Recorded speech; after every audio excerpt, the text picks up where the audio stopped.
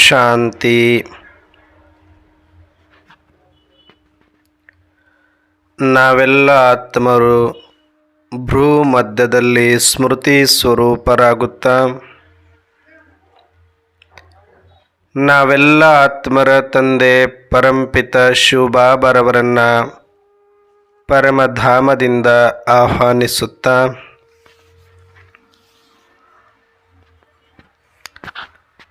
ಪ್ರಜಾಪಿತ ಬ್ರಹ್ಮ ಜಗದಂಬಾ ಸರಸ್ವತಿ ಮಮ್ಮಾರವರನ್ನು ಸ್ಮೃತಿ ಮಾಡುತ್ತಾ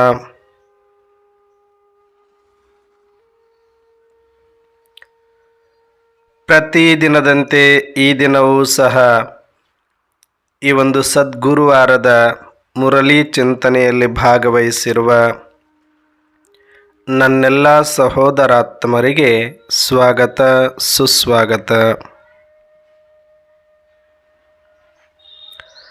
ವಿಶೇಷವಾಗಿ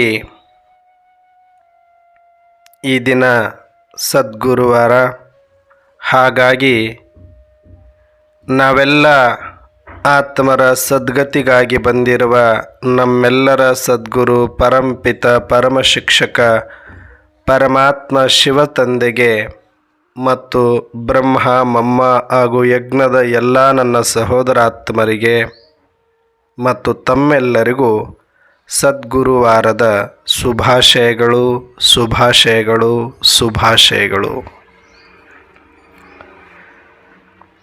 ಈ ದಿನ ವಿಶೇಷವಾಗಿ ಬಾಬಾರವರು ಮುರಳಿಯಲ್ಲಿ ಅನೇಕ ವಿಚಾರಗಳನ್ನು ತಿಳಿಸ್ತಾ ಮುರಳಿಯ ಮುಖ್ಯ ಸಾರದಲ್ಲಿ ಒಂದು ಕ್ಲಾರಿಟಿಯನ್ನು ಕೊಟ್ಟಿದ್ದಾರೆ.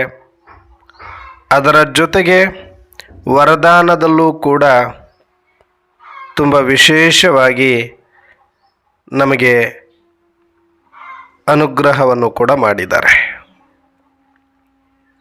ಹಾಗಾಗಿ ಇವತ್ತಿನ ಮುರಳಿಯ ಮುಖ್ಯ ಸಾರವನ್ನು ಇಂದಿನ ವಿಷಯವಾಗಿ ನಾವು ನೋಡೋದಾದರೆ, ಈ ದಿನ ಮುರಳಿಯ ಮುಖ್ಯ ಸಾರವಿದೆ. ಬಾಬರವರು ಹೇಳ್ತಿದ್ದಾರೆ, ಮಧುರ ಮಕ್ಕಳೇ, ಇದು ಮಾಡಲ್ಪಟ್ಟ ನಾಟಕವಾಗಿದೆ. ಇದರಿಂದ ಯಾರೂ ತಪ್ಪಿಸಿಕೊಳ್ಳಲು ಸಾಧ್ಯವಿಲ್ಲ. ಯಾರೊಬ್ಬರಿಗೂ ಕೂಡ ಮೋಕ್ಷ ಅನ್ನೋದು ಇಲ್ಲ. ಇದು ಮೇಲ್ನೋಟಕ್ಕೆ ಇದು ನಮಗೆ ಗೊತ್ತಿದೆ ಅಲ್ವಾ, ಇದು ಡ್ರಾಮಾದ ನಿಯಮನೇ ಅಲ್ವಾ, ಇದನ್ನ ಯಾಕೆ ಇಷ್ಟೊಂದು ಇವತ್ತು ವಿಶೇಷವಾಗಿ ಮುಖ್ಯ ಸಾರದ ರೂಪದಲ್ಲಿ ಹೇಳಬೇಕು ಬಾಬಾ?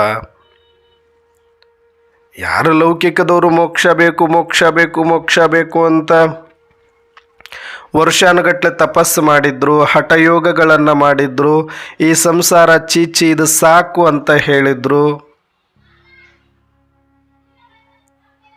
ಇದರೊಳಗಡೆ ಯಾವುದು ಹುರುಳಿಲ್ಲಪ್ಪ, ಇದು ಬೇಡ ನಮಗೆ, ಬಂದು ನಾವು ಪರ್ಮನೆಂಟ್ ಆಗಿ ಪರಮಧಾಮದಲ್ಲಿ ವೈಕುಂಠದಲ್ಲಿ ಕೂತ್ಕೊಂಡ್ಬಿಡ್ತೀವಿ, ನಮಗೆ ಮುಕ್ತಿ ಕರುಣಿಸು, ಎಷ್ಟೋ ಜನ್ಮಗಳನ್ನು ಸುತ್ತಕೊಂಡು ಬಂದುಬಿಟ್ಟಿದ್ದೀವಿ, ಅಂತಿಮದಲ್ಲಿ ಏನೋ ಮಾನವ ಜನ್ಮ ಸಿಕ್ಕಿಬಿಟ್ಟಿದೆ, ಇದರೊಳಗಿದ್ದಾಗಲೇ ನಿನ್ನ ಕೃಪೆಯನ್ನು ಪಡೆದು ನಾವು ಮೋಕ್ಷವನ್ನು ಹೊಂದಿಬಿಡ್ತೀವಿ, ಇನ್ನು ಯಾವ ಇಚ್ಛೆಗಳಿಲ್ಲ, ಎಲ್ಲವನ್ನ ತ್ಯಾಗ ಮಾಡಿಬಿಡ್ತೀವಿ. ಅಷ್ಟು ವೈರಾಗ್ಯದಲ್ಲಿ ಬಂದು ಆ ಮೋಕ್ಷಕ್ಕಾಗಿ ಹಂಬಲಿಸ್ತಾ ಇದ್ದವರು ಸುಮಾರು ಸಾವಿರಾರು ವರ್ಷಗಳಿಂದ ಅನೇಕ ಭಕ್ತಾತ್ಮರು ಕಾಯ್ತಾ ಇದ್ರು. ಅದರ ಒಂದು ಕ್ಲಾರಿಟಿಯನ್ನು ಇಷ್ಟು ದೊಡ್ಡದಾಗಿ ಮುರಳಿಯ ಮುಖ್ಯ ಸಾರದಲ್ಲಿ ಹೇಳುವಷ್ಟು ಏನಿದೆ ಇದರಲ್ಲಿ? ಯಾಕಂದರೆ ನಮಗೆ 7 ದಿನದ ಕೋರ್ಸ್ಗಳಲ್ಲಿ ಕೇಳ್ತಾ ಹೋದಾಗ ಓಹೋ, ಇಲ್ಲಿ ಯಾರಿಗೂ ಕೂಡ ಪರ್ಮನೆಂಟ್ ಆದ ಮುಕ್ತಿ ಆಗಲಿ ಮೋಕ್ಷ ಆಗಲಿ ಇಲ್ಲ, ಪರಮಾತ್ಮನೇ ಪರಮಧಾಮವನ್ನು ಬಿಟ್ಟು 5000 ವರ್ಷಕ್ಕೊಂದು ಸಲ ಧರೆಯಲ್ಲಿ ಬರಬೇಕಾಗತ್ತೆ, ಪುನರುತ್ಥಾನಕ್ಕಾಗಿ ಅವರ ಪಾತ್ರವನ್ನು ಅಭಿನಯಿಸಲೇಬೇಕು ಅಂದ ಮೇಲೆ ಆ ಥರ ನಾವೇನು ತಪ್ಪು ಗ್ರಹಿಕೆ ಮಾಡಿಕೊಂಡಿದ್ದೀವಿ ಇಲ್ಲಿ ತನಕ, ಎಷ್ಟೋ ಜನ್ಮಗಳಲ್ಲಿ ಬೇರೆ ಬೇರೆ ಆಗಿ ಅಂತಿಮ ಜನ್ಮದಲ್ಲಿ ಮಾನವ ಶರೀರದಲ್ಲಿ ಬಂದು ಇಲ್ಲಿ ಪರಮಾತ್ಮನ ಒಂದು ಕೃಪೆಯನ್ನು ಪಡೆದು ಕೃತಾರ್ಥರಾಗಿ ವೈಕುಂಠದಲ್ಲಿ ಅಥವಾ ಮುಕ್ತಿಧಾಮದಲ್ಲಿ ಹೋಗಿ ಕೂತ್ಕೊಂಡ್ಬಿಡದೆ ಈ ಮನುಷ್ಯ ಜನ್ಮದ ಗುರಿ ಅಂತ ಏನು ತಿಳ್ಕೊಂಬಿಟ್ಟಿದ್ರು, ಆ ಥರ ಇಲ್ಲ. ಅದು ಅವರ ತಪ್ಪು ಗ್ರಹಿಕೆಯಾಗಿತ್ತು. ಕಾರಣ ಅವರಿಗೆ ಯಾವುದೇ ಸೃಷ್ಟಿಯ ಆದಿ ಮಧ್ಯ ಅಂತ್ಯದ ಜ್ಞಾನವನ್ನು ಯಾವ ಧರ್ಮಗ್ರಂಥಗಳು ಕೂಡ ಬೋಧಿಸಿರಲಿಲ್ಲ, ತಿಳಿಸಿರಲಿಲ್ಲ. ಹಾಗಾಗಿ ಎಲ್ಲ ಧರ್ಮಗಳು, ಧರ್ಮಾತ್ಮರು ಸಹ ಆತ್ಮದ ಕುರಿತಾಗಿ, ಪರಮಾತ್ಮನ ಕುರಿತಾಗಿ ಹೇಳಿದ್ದುವೆ ಬಿಟ್ಟರೆ ಪರಮಧಾಮದ ಕುರಿತು ಹೇಳಿದ್ದು. ಆದರೆ ಸೃಷ್ಟಿಯ ಬಗ್ಗೆ ಬರೀ ನೆಗೆಟಿವನ್ನೇ ಹೇಳ್ತಾ ಬಂದುಬಿಟ್ರು. ಈ ಸೃಷ್ಟಿಯಲ್ಲಿ ಏನಿಲ್ಲ, ಇದು ಸುಳ್ಳಿನ ಪ್ರಪಂಚ, ಇದು ಮೋಸದಾಟ, ಎಲ್ಲವೂ ಕೂಡ ಇದೇ ಥರದಲ್ಲಿ, ಇದನ್ನು ಸಾಕು, ಇದರೊಳಗಡೆ ಏನೂ ಇಲ್ಲ, ಇದು ಭವಸಾಗರ. ಅಂದರೆ ಅವ್ರಿಗೂ ಪಾಪ ಏನಾಗಿತ್ತು ಅಂತಂದರೆ, ಹೌದು ಎಲ್ರಿಗೂ ಮನುಷ್ಯ ಜನ್ಮ ಸಿಗೋದಿಲ್ಲಪ್ಪ, ಎಷ್ಟೋ ಜನ್ಮಗಳಲ್ಲಿ ನಾವು ಪ್ರಾಣಿಗಳಾಗಿ, ಪಕ್ಷಿಗಳಾಗಿ ಅನೇಕ ಜನ್ಮಗಳಲ್ಲಿ ಬಂದು ಕೊನೆಗೆ ಯಾವುದೋ ಒಂದು ಪುಣ್ಯದ ಫಲದಲ್ಲಿ, ನೋಡಿ ಎಷ್ಟು ಒಂದಕ್ಕೊಂದು ಲಾಜಿಕ್ಕೇ ಇಲ್ಲ. ಏನು ಪ್ರಾಣಿಗಳು ಪಕ್ಷಿಗಳಿದ್ದಾಗ ಏನು ಪುಣ್ಯ ಮಾಡ್ತಾರೆ ಹೇಳ್ರಿ? ಪುಣ್ಯ ಅಂದ್ರೆ ಅವಕ್ಕೆ ಏನು ಗೊತ್ತಿಲ್ಲ ಅಂತಲೂ ಹೇಳ್ತಾರೆ. ಮತ್ತು ಆ ಪ್ರಾಣಿಗಳಾದ ಮೇಲೆ ಯಾವುದೋ ಪುಣ್ಯದ ಫಲವಾಗಿ ಮತ್ತೆ ಮನುಷ್ಯ ಜನ್ಮ ಸಿಕ್ಕಿಬಿಡುತ್ತೆ, ಅಥವಾ ಹಂಗೂ ಎಲ್ಲ ಜನ್ಮ ಮುಗಿದ ಮೇಲೇ ಮನುಷ್ಯ ಜನ್ಮ ಸಿಗುತ್ತೆ ಅಂತ ಏನೋ ಒಂದು ಲೆಕ್ಕ. ಅವ್ರಿಗೆ ಒಟ್ಟು ಲಾಜಿಕ್ ಇಲ್ಲ. ಬಂದ ಮೇಲೆ ಮನುಷ್ಯ ಜನ್ಮ ಸಿಕ್ಕಿಬಿಡುತ್ತಂತೆ. ಮನುಷ್ಯ ಜನ್ಮ ಸಿಗೋದಾಗಿತ್ತು ಅಂದರೆ ಮನುಷ್ಯ ಜನ್ಮದಲ್ಲಿ ಬಂದ ಮೇಲೆ ಇಷ್ಟು ವೆರೈಟಿ ಯಾಕೆ ಹಾಗಿದ್ರೆ? ಮತ್ತೆ ಪ್ರಾಣಿ ಪಕ್ಷಿಗಳಾಗಿದ್ದರೆ ನಿಜ, ಅದು ನಿಮ್ಮ ತಪ್ಪಲ್ಲ. ಪ್ರಾಣಿಗಳಿಗೆ ಬುದ್ಧಿ ಇಲ್ಲ ನಿಜ, ನೀವು ಹೇಳೋ ಪ್ರಕಾರ ಅಲ್ಲಿ ಏನೋ ಮುಕ್ತಿ ಸಾಧನೆ ಒಳ್ಳೇದು ಮಾಡೋಕ್ಕಾಗಲ್ಲ. ಓಕೆ, ಈಗ ಮನುಷ್ಯ ಜನ್ಮ ತೊಗೊಂಡಾದ ಮೇಲೆ ಮತ್ತು ಎಲ್ಲರೂ ಒಂದೇ ಸಮಾನ ಇರಬೇಕಲ್ಲ. ಯಾಕಂದರೆ ಯಾರೂ ಕೂಡ ಪಾಪನ ಮಾಡಲಿಲ್ಲವಲ್ಲ. ಮನುಷ್ಯ ಜನ್ಮಕ್ಕೆ ಬಂದ ಮೇಲೆ ತಾನೇ ಪಾಪ ಮಾಡಿರೋದು ಅಥವಾ ಪುಣ್ಯ ಮಾಡ್ತಾ ಇರೋದು. ಪ್ರಾಣಿಗಳಾಗಿದ್ದಾಗ ಪಾಪನೂ ಇಲ್ಲ, ಪುಣ್ಯನೂ ಇಲ್ಲ, ಏನೂ ಗೊತ್ತೇ ಇಲ್ಲ ಅಂದಬೇಕಾದ್ರೆ, ಮತ್ತು ಪ್ರಾಣಿ ಜನ್ಮ ಮುಗಿದ ಮೇಲೆ ಅಂತಿಮ ಜನ್ಮದಲ್ಲಿ ಮನುಷ್ಯರಾಗಿ ಹುಟ್ತೀವಿ ನಾವೆಲ್ಲರೂ ಅಂತಂದ ಮೇಲೆ ಎಲ್ಲರದ್ದು ಅಂತಿಮ ಜನ್ಮದಲ್ಲೇ ನಾವು ಮನುಷ್ಯರಾಗಿವೆ ಅಂತ ತಿಳ್ಕೊಂಡ್ರೆ ಎಲ್ಲರದ್ದು ಒಂದೇ ಥರ ಜನ್ಮ ಇರಬೇಕಾಗಿತ್ತಲ್ಲ. ಯಾಕೆ ಇಷ್ಟೊಂದು ವೆರೈಟಿಗಳು? ಇದಕ್ಕೆ ಉತ್ತರ ಇಲ್ಲ ಅಲ್ಲಿ. ಹಾಗೆ ತಳ ಇಲ್ಲದ, ಬುಡ ಇಲ್ಲದ, ಅನೇಕ ರೀತಿಯ ಉತ್ತರಗಳಿಲ್ಲದ ಪ್ರಶ್ನೆಗಳು, ಅರ್ಥವಿಲ್ಲದ ಉತ್ತರಗಳು, ಏನೋ ಒಂದು ಲಾಜಿಕ್. ಪಾಪ ಅವರು ಕೂಡ 1 ವರ್ಷ, 2 ವರ್ಷ, 100 ವರ್ಷ, 200 ವರ್ಷ, ಒಬ್ಬ ಧರ್ಮಾತ್ಮ ಇನ್ನೊಬ್ಬ ಧರ್ಮಾತ್ಮ ಮಹಾತ್ಮ ಅಲ್ವಲ್ಲ. ಇದು 2,500 ಸುದೀರ್ಘವಾಗಿ ನಡೆದುಕೊಂಡು ಬಂದಿರತಕ್ಕಂಥ ಒಂದು ಇತಿಹಾಸದ ಮಾರ್ಗ ಆಗಿರೋದ್ರಿಂದ ಎಂಥದ್ದೇ ಗಟ್ಟಿಯಾಗಿರುವಂಥದ್ದಿರಲಿ, ನಡೆದು ನಡೆದು ನಡೆದು ನಡೆದು ನಡೆದು ನಡೆದು ಕಾಡು ಬೇಕಾದರೂ ಕೂಡ ಒಂದು ಹಾದಿ ಆಗಿಬಿಡುತ್ತೆ. ಯಾಕಂದರೆ ಸಾವಿರಾರು ಜನಗಳು ಆ ಮಾರ್ಗದಲ್ಲಿ ಬಂದುಬಿಟ್ರೆ ಬೇಕಾದಂಥ ಕಾಡೇ ಇದ್ದರೂ ಕೂಡ ಅದು ಏನಾಗ್ಬಿಡುತ್ತೆ, ಒಂದು ಮಾರ್ಗ ಬಿದ್ದು ಬಿಡುತ್ತೆ. ಹೇಗೋ ಹಾಗೆ ಗೊತ್ತಿಲ್ಲದು ಯಾರೋ ಒಬ್ಬರು ಮುಂದೆ ಹೋಗ್ತಾರೆ ಅಂತ ಅಲ್ಲಿ ನಡೆದಾಗ, ಈಗ ಶ್ರೀಶೈಲಕ್ಕೆ ಹೋಗ್ತಾರೆ ಪಾದಯಾತ್ರೆ, ಮೊಟ್ಟ ಮೊದಲಿಗೆ ಹೋಗ್ಬೇಕಾದ್ರೆ ಒಂದು ದಾರಿ ಇರುತ್ತೆ. ಆ ರೋಡ್ ಫುಲ್ಲಾದ ತಕ್ಷಣವೇ ಇನ್ನೊಂದು ಸ್ವಲ್ಪ ಶಾರ್ಟ್ ಕಟ್ ನೋಡೋಣ ಅಂತ ಒಬ್ರು ಯಾರೋ ನೋಡುತ್ತಾರೆ. ಅದು ಕಾಡಲ್ಲಿ ಒಬ್ಬರು ಹೋಗ್ಬೇಕಾದ್ರೆ ಭಯ ಇತ್ತು, ಇಬ್ಬರು ಹೋಗ್ಬೇಕಾದ್ರೆ ಭಯ ಆಗ್ತಿತ್ತು. ಅವ್ರ ಜೊತೆಗೆ ಒಂದು 10 ಜನ ಹೋದರು, ಹಂಗೆ 100 ಜನ ಅವರಿಂದನೂ ಹೋದರು, ಸಾವಿರಾರು ಜನ ಹೋಗಕ್ಕೆ ಚಾಲೂ ಮಾಡಿದ್ರು. ಅದು ಒಂದು ಮಾರ್ಗ ಆಯಿತು. ಅವೆರಡು ಫುಲ್ ಆದಮೇಲೆ ಮತ್ತೆ ಇನ್ನೊಂದು ಯಾವುದೋ ನೋಡ್ತೀವಿ ಅಂತ ಮತ್ತೊಂದು ದಾರಿ ನೋಡಿದ್ರೆ, ಹಿಂಗೆ ಇವತ್ತು 10 ದಾರಿಗಳು ಶ್ರೀಶೈಲದ ಒಂದು ಕದಳಿಯ ಬನಕ್ಕೆ ಹೋದ್ಮೇಲೆ ಅಲ್ಲಿಂದ ಬೇಕಾದಷ್ಟು ದಾರಿಗಳು ನಿಮಗೆ ಶಾರ್ಟ್ ಕಟ್ ಸಿಗ್ತಾ ಹೋಗುತ್ತೆ. ಯಾರು ಹೆಂಗೆ ಬೇಕಾದರೂ ಬರ್ಬೋದು, ಒಟ್ಟು ಅಲ್ಲಿಗೆ ಬಂದು ತಲುಪಬೇಕಷ್ಟೆ. ಕಾಡೇ ಅದು. ಆದರೆ ಸಾವಿರಾರು ಜನ ನಡೆದಾಗ ಏನಾಗ್ಬಿಡುತ್ತೆ, ಕಾಡು ಅಂತ ಅನಿಸೋದಿಲ್ಲ, ಅಲ್ಲೇ ಒಂದು ಮಾರ್ಗ, ಮೇನ್ ಮುಖ್ಯ ರಸ್ತೆ ಥರನೇ ಆಗ್ಬಿಡುತ್ತೆ. ಅದು ಸುಳ್ಳಿದ್ರೂ ಕೂಡ ಸತ್ಯದ ಮಾರ್ಗದಂತೆ ಎಲ್ರಿಗೂ ಕೂಡ ಕಾಣಿಸೋಕ್ಕೆ ಸ್ಟಾರ್ಟ್ ಆಗುತ್ತೆ. ಯಾವ ಹೈವೇನೂ ಅಷ್ಟು ಕ್ಲಿಯರಾಗಿ ಅವ್ರಿಗೆ ಕಾಣಿಸಲ್ಲ, ಅಷ್ಟು ಕ್ಲಿಯರಾಗಿ ಆ ಕಾಡಲ್ಲಿ ಕಾಣಿಸೋಕ್ಕೆ ಸ್ಟಾರ್ಟ್ ಆಗುತ್ತೆ. ಯಾಕಂದರೆ ಅಷ್ಟು ಜನಗಳು ಅದರ ಮೇಲೆ ಓಡಾಡ್ಬಿಟ್ಟಿದಾರಲ್ಲ.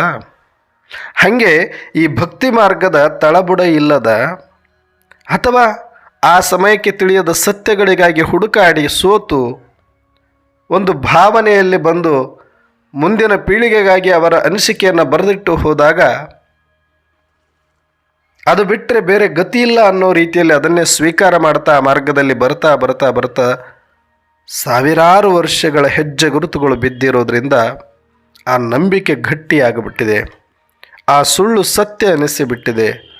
ಅಷ್ಟು ಈಸಿಯಾಗಿ ಅದನ್ನು ತೆಗೆದುಹಾಕಕ್ಕೆ ಆಗೋದೇ ಇಲ್ಲ ಅನ್ನೋಷ್ಟರ ಮಟ್ಟಿಗೆ ಅದು ಇವತ್ತು ಅಧ್ಯಾತ್ಮದಲ್ಲಿ ಆ ಸುಳ್ಳು ಸತ್ಯದ ರೂಪದಲ್ಲಿ ಕೂತ್ಕೊಂಡ್ಬಿಟ್ಟಿದೆ.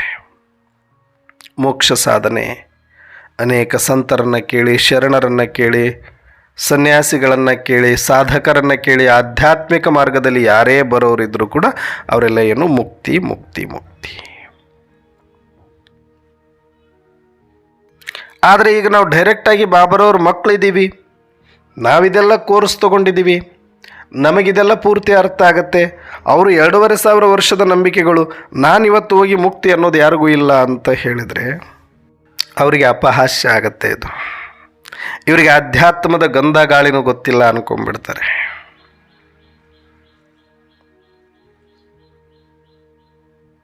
ಯಾಕೆಂದರೆ ಸುಳ್ಳಿನ ಸಂತೆಯಲ್ಲಿ ಸತ್ಯಕ್ಕೆ ಬೆಲೆ ಇರೋದಿಲ್ಲ.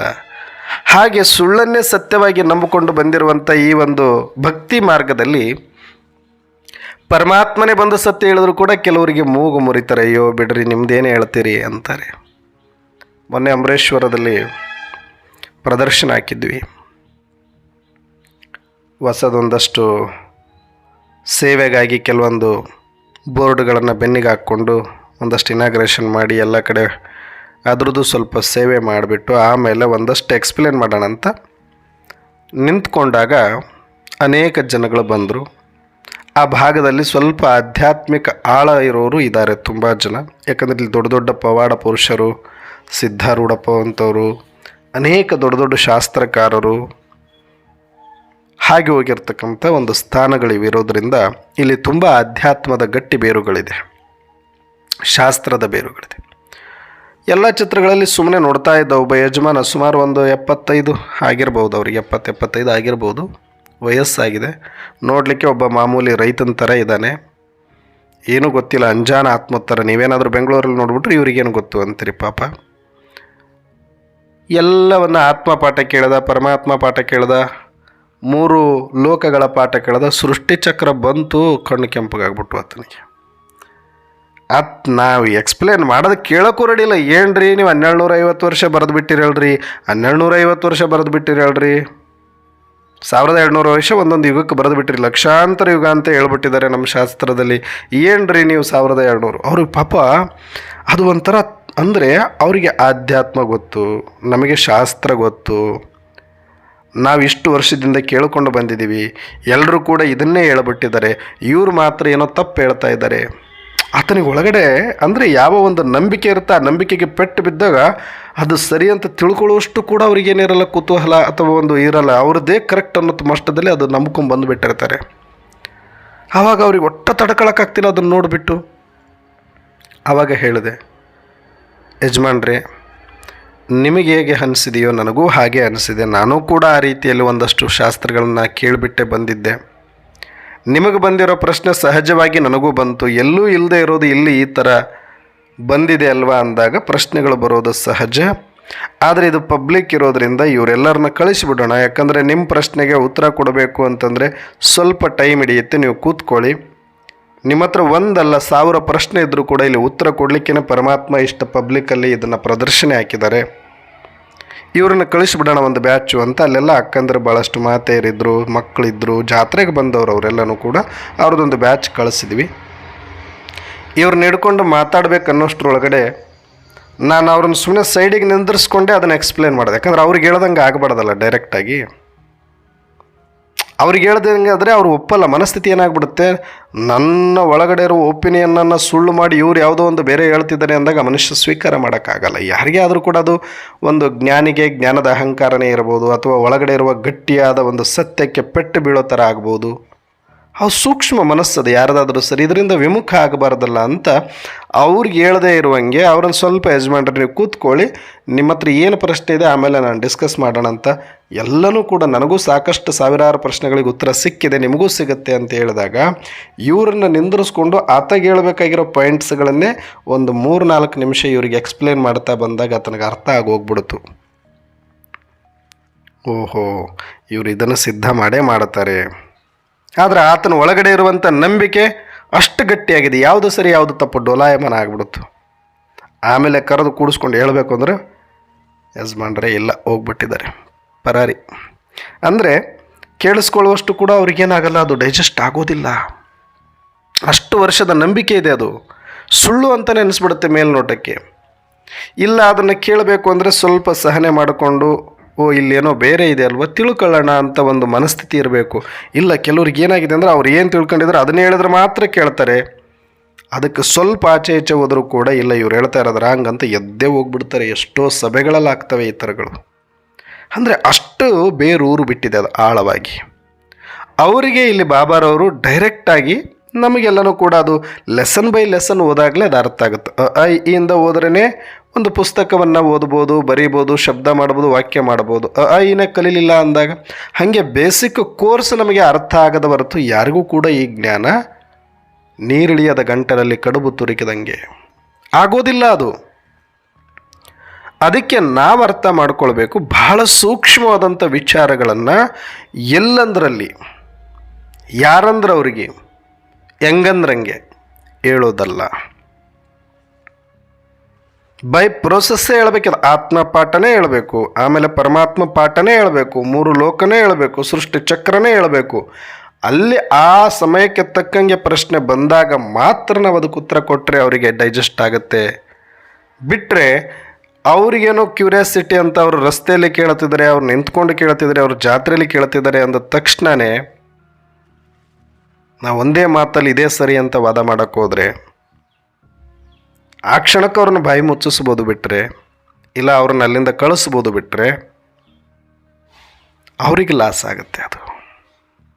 ಅದಕ್ಕೆ ಇಂಥ ವಿಚಾರಗಳನ್ನು ಬಹಳ ಸೂಕ್ಷ್ಮವಾಗಿ ಹ್ಯಾಂಡಲ್ ಮಾಡಬೇಕು ನಾವು. ಕೆಲವರು ನೀವು ಏನು ಹೇಳಿದ್ರು ಕೇಳಿಸ್ಕೊಳ್ಳಲ್ಲ, ಯಾಕಂದ್ರೆ ಅವ್ರಿಗೆ ಅದು ಏನು ನಂಬಿರ್ತಾರೆ ಆ ನಂಬಿಕೆಗಳು ಮಾತ್ರನೇ ಸತ್ಯ, ಉಳಿದದ್ದೆಲ್ಲ ಮಿಥ್ಯ ಅನ್ನೋ ಥರದಲ್ಲಿ. ಯಾಕಂದರೆ ಇಲ್ಲಿ ಹೇಳುವಂಥವ್ರು ಯಾರು ದೊಡ್ಡ ಮಹಾತ್ಮರ ಥರ ನಾವು ಗಡ್ಡ ಬಿಟ್ಕೊಂಡಿಲ್ಲ, ಕಾವಿ ಹಾಕ್ಕೊಂಡಿಲ್ಲ. ಅವ್ರ ಭಾವನೆಯಲ್ಲಿ ಯಾರೋ ಒಬ್ಬರು ಮಹಾತ್ಮರು ಇರ್ಬೇಕಪ್ಪ, ಇವ್ರ ಮಾತು ಕೇಳಬೇಕು ಅನ್ನೋ ಥರದಲ್ಲಿ ಕಾವಿ ಹಾಕ್ಕೊಂಡಿರಬೇಕು, ಇಲ್ಲ ಗಡ್ಡ ಬಿಟ್ಕೊಂಡಿರಬೇಕು, ಇಲ್ಲ ಏನೋ ಒಂದು ದೊಡ್ಡ ವಯಸ್ಸಾಗಿರೋ ಅನುಭವಿ ಥರ ಕಾಣಿಸ್ಬೇಕು. ನಾವೆಲ್ಲ ಚಿಕ್ಕ ಚಿಕ್ಕ ಮಾತೆಯರು, ಕನ್ಯೆಯರು, ಮಕ್ಕಳು, ಕುಮಾರಸು. ಭಲೆ ನಮ್ಮ ಹತ್ರ ಜ್ಞಾನ ದೊಡ್ಡದಿದೆ, ಆದರೆ ಅವರಿಗೆ ಒಪಿನಿಯನ್ ಬರಬೇಕಂದ್ರೆ ಅದೇ ರೂಪದಲ್ಲಿ ಬಂದು ಹೇಳಬೇಕಾಗತ್ತೆ. ಆ ಥರನೂ ಕೆಲವು ಆತ್ಮರು ಇರ್ತಾರೆ. ಭಲೆ ಡ್ರಾಮಾ ಅನುಸಾರ ಅದು ಯಾರ್ಯಾರಿಗಿರುತ್ತೋ ಅವ್ರವ್ರು ಮಾತ್ರ ಅದನ್ನು ಅರ್ಥ ಮಾಡ್ಕೊಳ್ಳೋಕೆ ಸಾಧ್ಯ ಆಗುತ್ತೆ. ಹಾಗೆ ಇಂಥ ಕೆಲವೊಂದು ಸೃಷ್ಟಿಯ ರಹಸ್ಯಗಳೇನಿದೆ, ಮನೇಲಿ ಯಾವಾಗೋ ಕೇಳಿಬಿಡ್ತಾರೆ, ಬೇಕಂತ ಕಿಂಡಲ್ ಮಾಡೋಕ್ಕೆ ಕೇಳ್ತಾರೆ. ನೀವು ಕೆಲಸ ಮಾಡೋ ಕಡೆ ಆಗಿರ್ಬೋದು, ನಿಮ್ಮ ಮನೆಯಲ್ಲೇ ಆಗಿರ್ಬೋದು, ಅದ್ರ ಮೇಲೆ ನಂಬಿಕೆ ಇಲ್ಲದೆ ಇರೋರಾಗ್ಬೋದು. ಏನು ಹೇಳ್ತಾರೆ ನಿಮ್ಮ ಬ್ರಹ್ಮಕುಮಾರಿಸಲ್ಲಿ ಇದ್ರ ಬಗ್ಗೆ, ಸತ್ತ ಮೇಲೆ ಎಲ್ಲಿಗೆ ಹೋಗ್ತಾರಂತ ಹೇಳ್ತಾರೆ, ಸ್ವರ್ಗ ಎಲ್ಲಿರುತ್ತೆ ಅಂತ ಹೇಳ್ತಾರೆ. ಅಂದರೆ ಈ ಥರ ಕೆಲವೊಂದು ಪ್ರಶ್ನೆಗಳಿಗೆ ಏನಾಗುತ್ತೆ, ನಮಗೆ 1000 ಪ್ರಶ್ನೆಗಳಿಗೆ ಉತ್ತರ ಗೊತ್ತಿದೆ ಹಾಗಂತ ಹೇಳ್ಬಿಟ್ಟು ನನಗೆ ಗೊತ್ತಿದೆ ಅಂತ ನೀವು ಅಲ್ಲೇ ಅವ್ರಿಗೆ ಹೇಳ್ಬಿಟ್ರೆ ನಿಜಕ್ಕೂ ಈ ಜ್ಞಾನವನ್ನು ಅವರಿಂದ ದೂರ ಮಾಡ್ದಂಗೆ ಆಗುತ್ತೆ. ನಾವು ಯಾರು ಎಷ್ಟೇ ಪ್ರಶ್ನೆ ಕೇಳಿದ್ರು ಒಂದಲ್ಲ, ನಿಮ್ಮ ಹತ್ರ 1000 ಪ್ರಶ್ನೆ ಇರಲಿ, ಇದಕ್ಕೆ ಉತ್ತರ ಇದೆ, ನನಗೂ ಉತ್ತರ ಗೊತ್ತಿದೆ, ಆದರೆ ನಾನು ಹೇಳಲ್ಲ. ನೀವು ಅದನ್ನು ಪ್ರೋಸೆಸ್ ಆತ್ಮದ ಪಾಠದಿಂದ ತಗೊಂಡು 7 ದಿನ 7 ಗಂಟೆ ಸಮಯ ಕೊಟ್ಟಿಲ್ಲ ಅಂದರೆ ನಿಮಗೆ ಯಾಕೆ ಕೊಡಬೇಕು ಪರಮಾತ್ಮ ಜ್ಞಾನ? ನಾವು ಪರಮಾತ್ಮನ ಸತ್ಯವನ್ನು ತಿಳಿದುಕೊಳ್ಳುವ ಒಂದು ಆಸಕ್ತಿಗಾಗಿ 7 ಗಂಟೆ ನೀವು ಕೊಡೋಕ್ಕೆ ರೆಡಿ ಇಲ್ಲ ಅಂದರೆ ರಿಕ್ವೆಸ್ಟ್ ಮಾಡ್ತೀನಿ, ಬನ್ನಿ, ಸಹಯೋಗ ಕೊಡ್ತೀನಿ, ಕರ್ಕೊಂಡು ಹೋಗ್ತೀನಿ. ನಿಮಗೆ ಗೊತ್ತಿಲ್ವಾ, ನಾನು ಕರ್ಕೊಂಡು ಹೋಗ್ತೀನಿ. ಆದರೆ 7 ಗಂಟೆ ನೀವು ಕೊಡೋಕ್ಕೆ ರೆಡಿ ಇಲ್ಲ ಅಂದರೆ ಪರಮಾತ್ಮನ ಗಂಟನ್ನು ಬಿಚ್ಚಲಿಕ್ಕೆ ಸಾಧ್ಯ ಇಲ್ಲ. ಅದು ಎಲ್ಲಂದರಲ್ಲೇ ಬಿಚ್ಚಿ ಅದಕ್ಕೆ ಅವಮಾನ ಮಾಡಲಿಕ್ಕೆ ನಾನು ತಯಾರಿಲ್ಲ. ಅದು ನಮಗೆ ಗೊತ್ತಿರಬೇಕು. ಸುಮ್ಮನೆ ಯಾರೋ ಎಲ್ಲೋ ಏನೋ ಕೇಳಿಬಿಟ್ರು, ಏನು ಹೇಳ್ತಾರೆ ನಿಮ್ಮ ಬ್ರಹ್ಮಕುಮಾರಿಸಲ್ಲಿ, ಏನು ಹೇಳ್ತಾರೆ ನಿಮ್ಮ ಓಂ ಶಾಂತಿಯಲ್ಲಿ, ಕೆಲವರಿಗೆ ಅಪಹಾಸ್ಯ ಅದು ಒಂದು. ನಾವು ಬಹಳ ಗೌರವಿಸಬೇಕು. ಭಗವಂತ ಇಲ್ಲಿ ಇರುವುದು ಭಗವದ್ಗೀತಾ, ಸತ್ಯ ಜ್ಞಾನ. ಇದನ್ನು ನಾವು ಎಷ್ಟು ಗೌರವದಿಂದ ನೋಡ್ಕೊಳ್ಬೇಕು ಅಂದರೆ ಎಲ್ಲೂ ಇದಕ್ಕೆ ಅಪಚಾರ ಆಗದಂತೆ, ಎಲ್ಲೂ ಅವಮಾನ ಆಗದಂತೆ, ಎಲ್ಲಂದ್ರಲ್ಲೇ ಇದನ್ನು ಹೆಂಗಂದ್ರಂಗೆ ಹೇಳದಂತೆ. ಪಾಂಪ್ಲೆಂಟ್ ನೀವು ಸಂತೆಯಲ್ಲಿ ಹೋಗಿ ಹಂಚಿ ಬನ್ನಿ ಅಂತ ಇನ್ವೈಟ್ ಮಾಡೋಕ್ಕೆ ಇನ್ವಿಟೇಷನ್ ಕೊಡ್ಬೋದು. ಜ್ಞಾನ ಎಲ್ಲಿ ಬೇಕಲ್ಲಿ ಹೇಳೋಕ್ಕೆ ಅಧಿಕಾರ ಇಲ್ಲ, ಹೇಳಬಾರ್ದು. ನಿಮಗೆ ಜ್ಞಾನದ ಆಸಕ್ತಿ ಇರೋರಿದ್ದರೆ ನೀವು ಬನ್ನಿ, 7 ಗಂಟೆ ಟೈಮ್ ಕೊಡಿ, ಖಂಡಿತವಾಗಿ ನಾವು ನಿಮಗೆ ಎಲ್ಲ ಪ್ರಶ್ನೆಗಳಿಗೂ ಉತ್ತರ ಕೊಡ್ತೇವೆ. ಬನ್ನಿ, ಅಲ್ಲಿ ಬನ್ನಿ, ಒಂದ್ಸಲಿ ಬನ್ನಿ, ಒಂದ್ಸಲಿ ಬನ್ನಿ, ಒಂದ್ಸಲಿ ಬನ್ನಿ. ಅವ್ರು 1000 ಸಲ ಕೇಳಿ, ನೀವು ಬನ್ನಿ ಒಂದ್ಸಲಿ. ಬೇಕಾದ್ರೆ ನಾವೇ ಇಲ್ಲಿಗೆ ಬರ್ತೀವಿ, ಅವರಿದ್ದಲ್ಲಿಗೆ ಹೋದರೂ ಪರವಾಗಿಲ್ಲ. ಆದರೆ ಕೂಡಿಸ್ಕೊಂಡು ಪ್ರೋಸೆಸ್ ಪ್ರಕಾರ ಪಾಠಗಳ ಮೇಲೆ ಪಾಠಗಳು ಒಂದಾದ ಮೇಲೆ ಒಂದು ಹೇಳಿದ್ರೇ ಅದು ಅರ್ಥ ಆಗುತ್ತೆ. ಬಿಟ್ಟರೆ ಸುಮ್ಮನೆ ನಮಗೆ ಗೊತ್ತಿದೆ ಅಂತ ಸತ್ಯಗಳನ್ನು, ಮುತ್ತು ರತ್ನಗಳನ್ನು ಎಲ್ಲೆಲ್ಲೋ ದಾರಿಯಲ್ಲಿ ಚೆಲ್ಲಕ್ಕಾಗಲ್ವಲ್ಲ. ಅದಕ್ಕೆ ನಾಡಿ ನೋಡಿ ಜ್ಞಾನ ಕೊಡಬೇಕು ಅಂತಲೂ ಬಾಬಾ ಹೇಳ್ತಾರೆ. ಹಂಗಂತ ಇಲ್ಲಿ ಯಾರೂ ಕೂಡ ಈ ಜ್ಞಾನದಿಂದ ವಂಚಿತರಾಗಬೇಕು ಅಂತಾಗಲಿ ಅಥವಾ ಈ ಜ್ಞಾನಕ್ಕೆ ಯಾರು ಅರ್ಹರಲ್ಲದವರು ಇಲ್ಲಿದ್ದಾರೆ ಅಂತಾಗಲಿ ಅಲ್ಲ. ಜ್ಞಾನ ಎಲ್ಲರ ಜನ್ಮಸಿದ್ಧ ಅಧಿಕಾರ ನಿಜ, ಆದರೆ ಪಾತ್ರ ಇದ್ದರೆ ಅದಕ್ಕೆ ಗೌರವ ಬರುತ್ತೆ, ಇಲ್ಲ ಅಂದರೆ ಅದಕ್ಕೆ ಗೌರವ ಇರುವುದಿಲ್ಲ. ಅದಕ್ಕೆ ಬಾಬರವರು ಮತ್ತೆ ಮತ್ತೆ ಹೇಳ್ತಾರೆ, ಮುಕ್ತಿ ಮುಕ್ತಿ ಮುಕ್ತಿ ಅಂತ ಹೇಳ್ತಾರಲ್ವ, ಮೋಕ್ಷ ಅಂತ ಹೇಳ್ತಾರಲ್ವ, ಅಥವಾ ನೀವು ಮಕ್ಕಳು ಕೂಡ ಹೇಳ್ತಿರಲ್ವ, ಸಾಕಾಗ್ಬಿಟ್ಟಿದೆ ಬಾಬಾ ಅಲ್ಲೇ ಇರ್ತೀವಿ, ಇದು ಯಾಕೆ ಬೇಕು ನಮಗೆ ಅಂತ. ಅಂಥವ್ರಿಗೆ ಇವತ್ತಿನ ಈ ಒಂದು ಮುರಳಿಯ ಮಹಾವಾಕ್ಯ. ಇದು ಡ್ರಾಮಾ ಮಾಡಲ್ಪಟ್ಟಿದೆ, ಇದರಿಂದ ಯಾರಿಗೂ ಬಿಡುಗಡೆ ಅನ್ನೋದಿಲ್ಲ, ಮೋಕ್ಷ ಯಾರಿಗೂ ಸಿಗಲ್ಲ. ಇಷ್ಟು ಕ್ಲಿಯರ್ ಕಟ್ಟಾಗಿ ಹೇಳ್ಬಿಟ್ಟಿದ್ದಾರೆ ಬಾಬಾ. ಅಂದರೆ ಅಷ್ಟು ನಿಷ್ಠುರವಾಗಿ ಹೇಳ್ತಿದ್ದಾರೆ. ಅಂದರೆ ಯಾರಿಗೆ ಹೇಳ್ತಿದ್ದಾರೆ ಅಂದ್ಕೊಂಡಿದ್ದೀರಿ? ಲೌಕಿಕದವರಿಗೆಲ್ಲ ಇದನ್ನು ಬಾಬಾ ಹೇಳ್ತಾ ಇರೋದು, ಲೌಕಿಕದವರಿಗೆಲ್ಲ. ಅಂಡರ್ಲೈನ್, ಇದು ನಮಗೆ ಹೇಳ್ತಾ ಇರೋದು. ಯಾಕೆ? ಹೊರಗಿನವರು ಪರ್ಮನೆಂಟ್ ಮುಕ್ತಿ ಬೇಕು ಅಂದಾಗ, ಮೋಕ್ಷ ಬೇಕು ಅಂದಾಗ ನಾವು ಎಷ್ಟು ಒಂದು ಕ್ಷಣದಲ್ಲಿ ಉತ್ತರ ಕೊಡ್ತೀವಿ. ಏನಂತ? ಇಲ್ಲ ರೀ, ಹಂಗೆಲ್ಲ ಸಿಗಲ್ಲ, ಪರಮಾತ್ಮನೇ ಬಂದು ಇಲ್ಲಿ ಪಾತ್ರ ಮಾಡಬೇಕಾಗತ್ತೆ, ಯಾರೂ ಹೋಗಿ ಪರ್ಮನೆಂಟಾಗಿ ಅಲ್ಲಿ ಕೂತ್ಕೊಳ್ಳೋಕ್ಕಾಗಲ್ಲ, ಇದು ಒಂದು ನಾಟಕ ರಂಗ, ಇಲ್ಲಿ ನಾಟಕ ಮಾಡಲಿಕ್ಕೆ ನಾವೆಲ್ಲರೂ ಬಂದಿದ್ದೀವಿ, ನಾಟಕ ಮಾಡಲೇಬೇಕು, ಇದರಿಂದ ಪರ್ಮನೆಂಟಾಗಿ ಯಾರಿಗೂ ಮುಕ್ತಿ ಸಿಗಲ್ಲ ರೀ ನಾವು ಹೇಳ್ಬಿಡ್ತೀವಿ ಒಂದು ಕ್ಷಣದಲ್ಲಿ ಅವ್ರಿಗೆ. ಇದು ಗೊತ್ತಿದೆ ನಮಗೆ ಸತ್ಯ.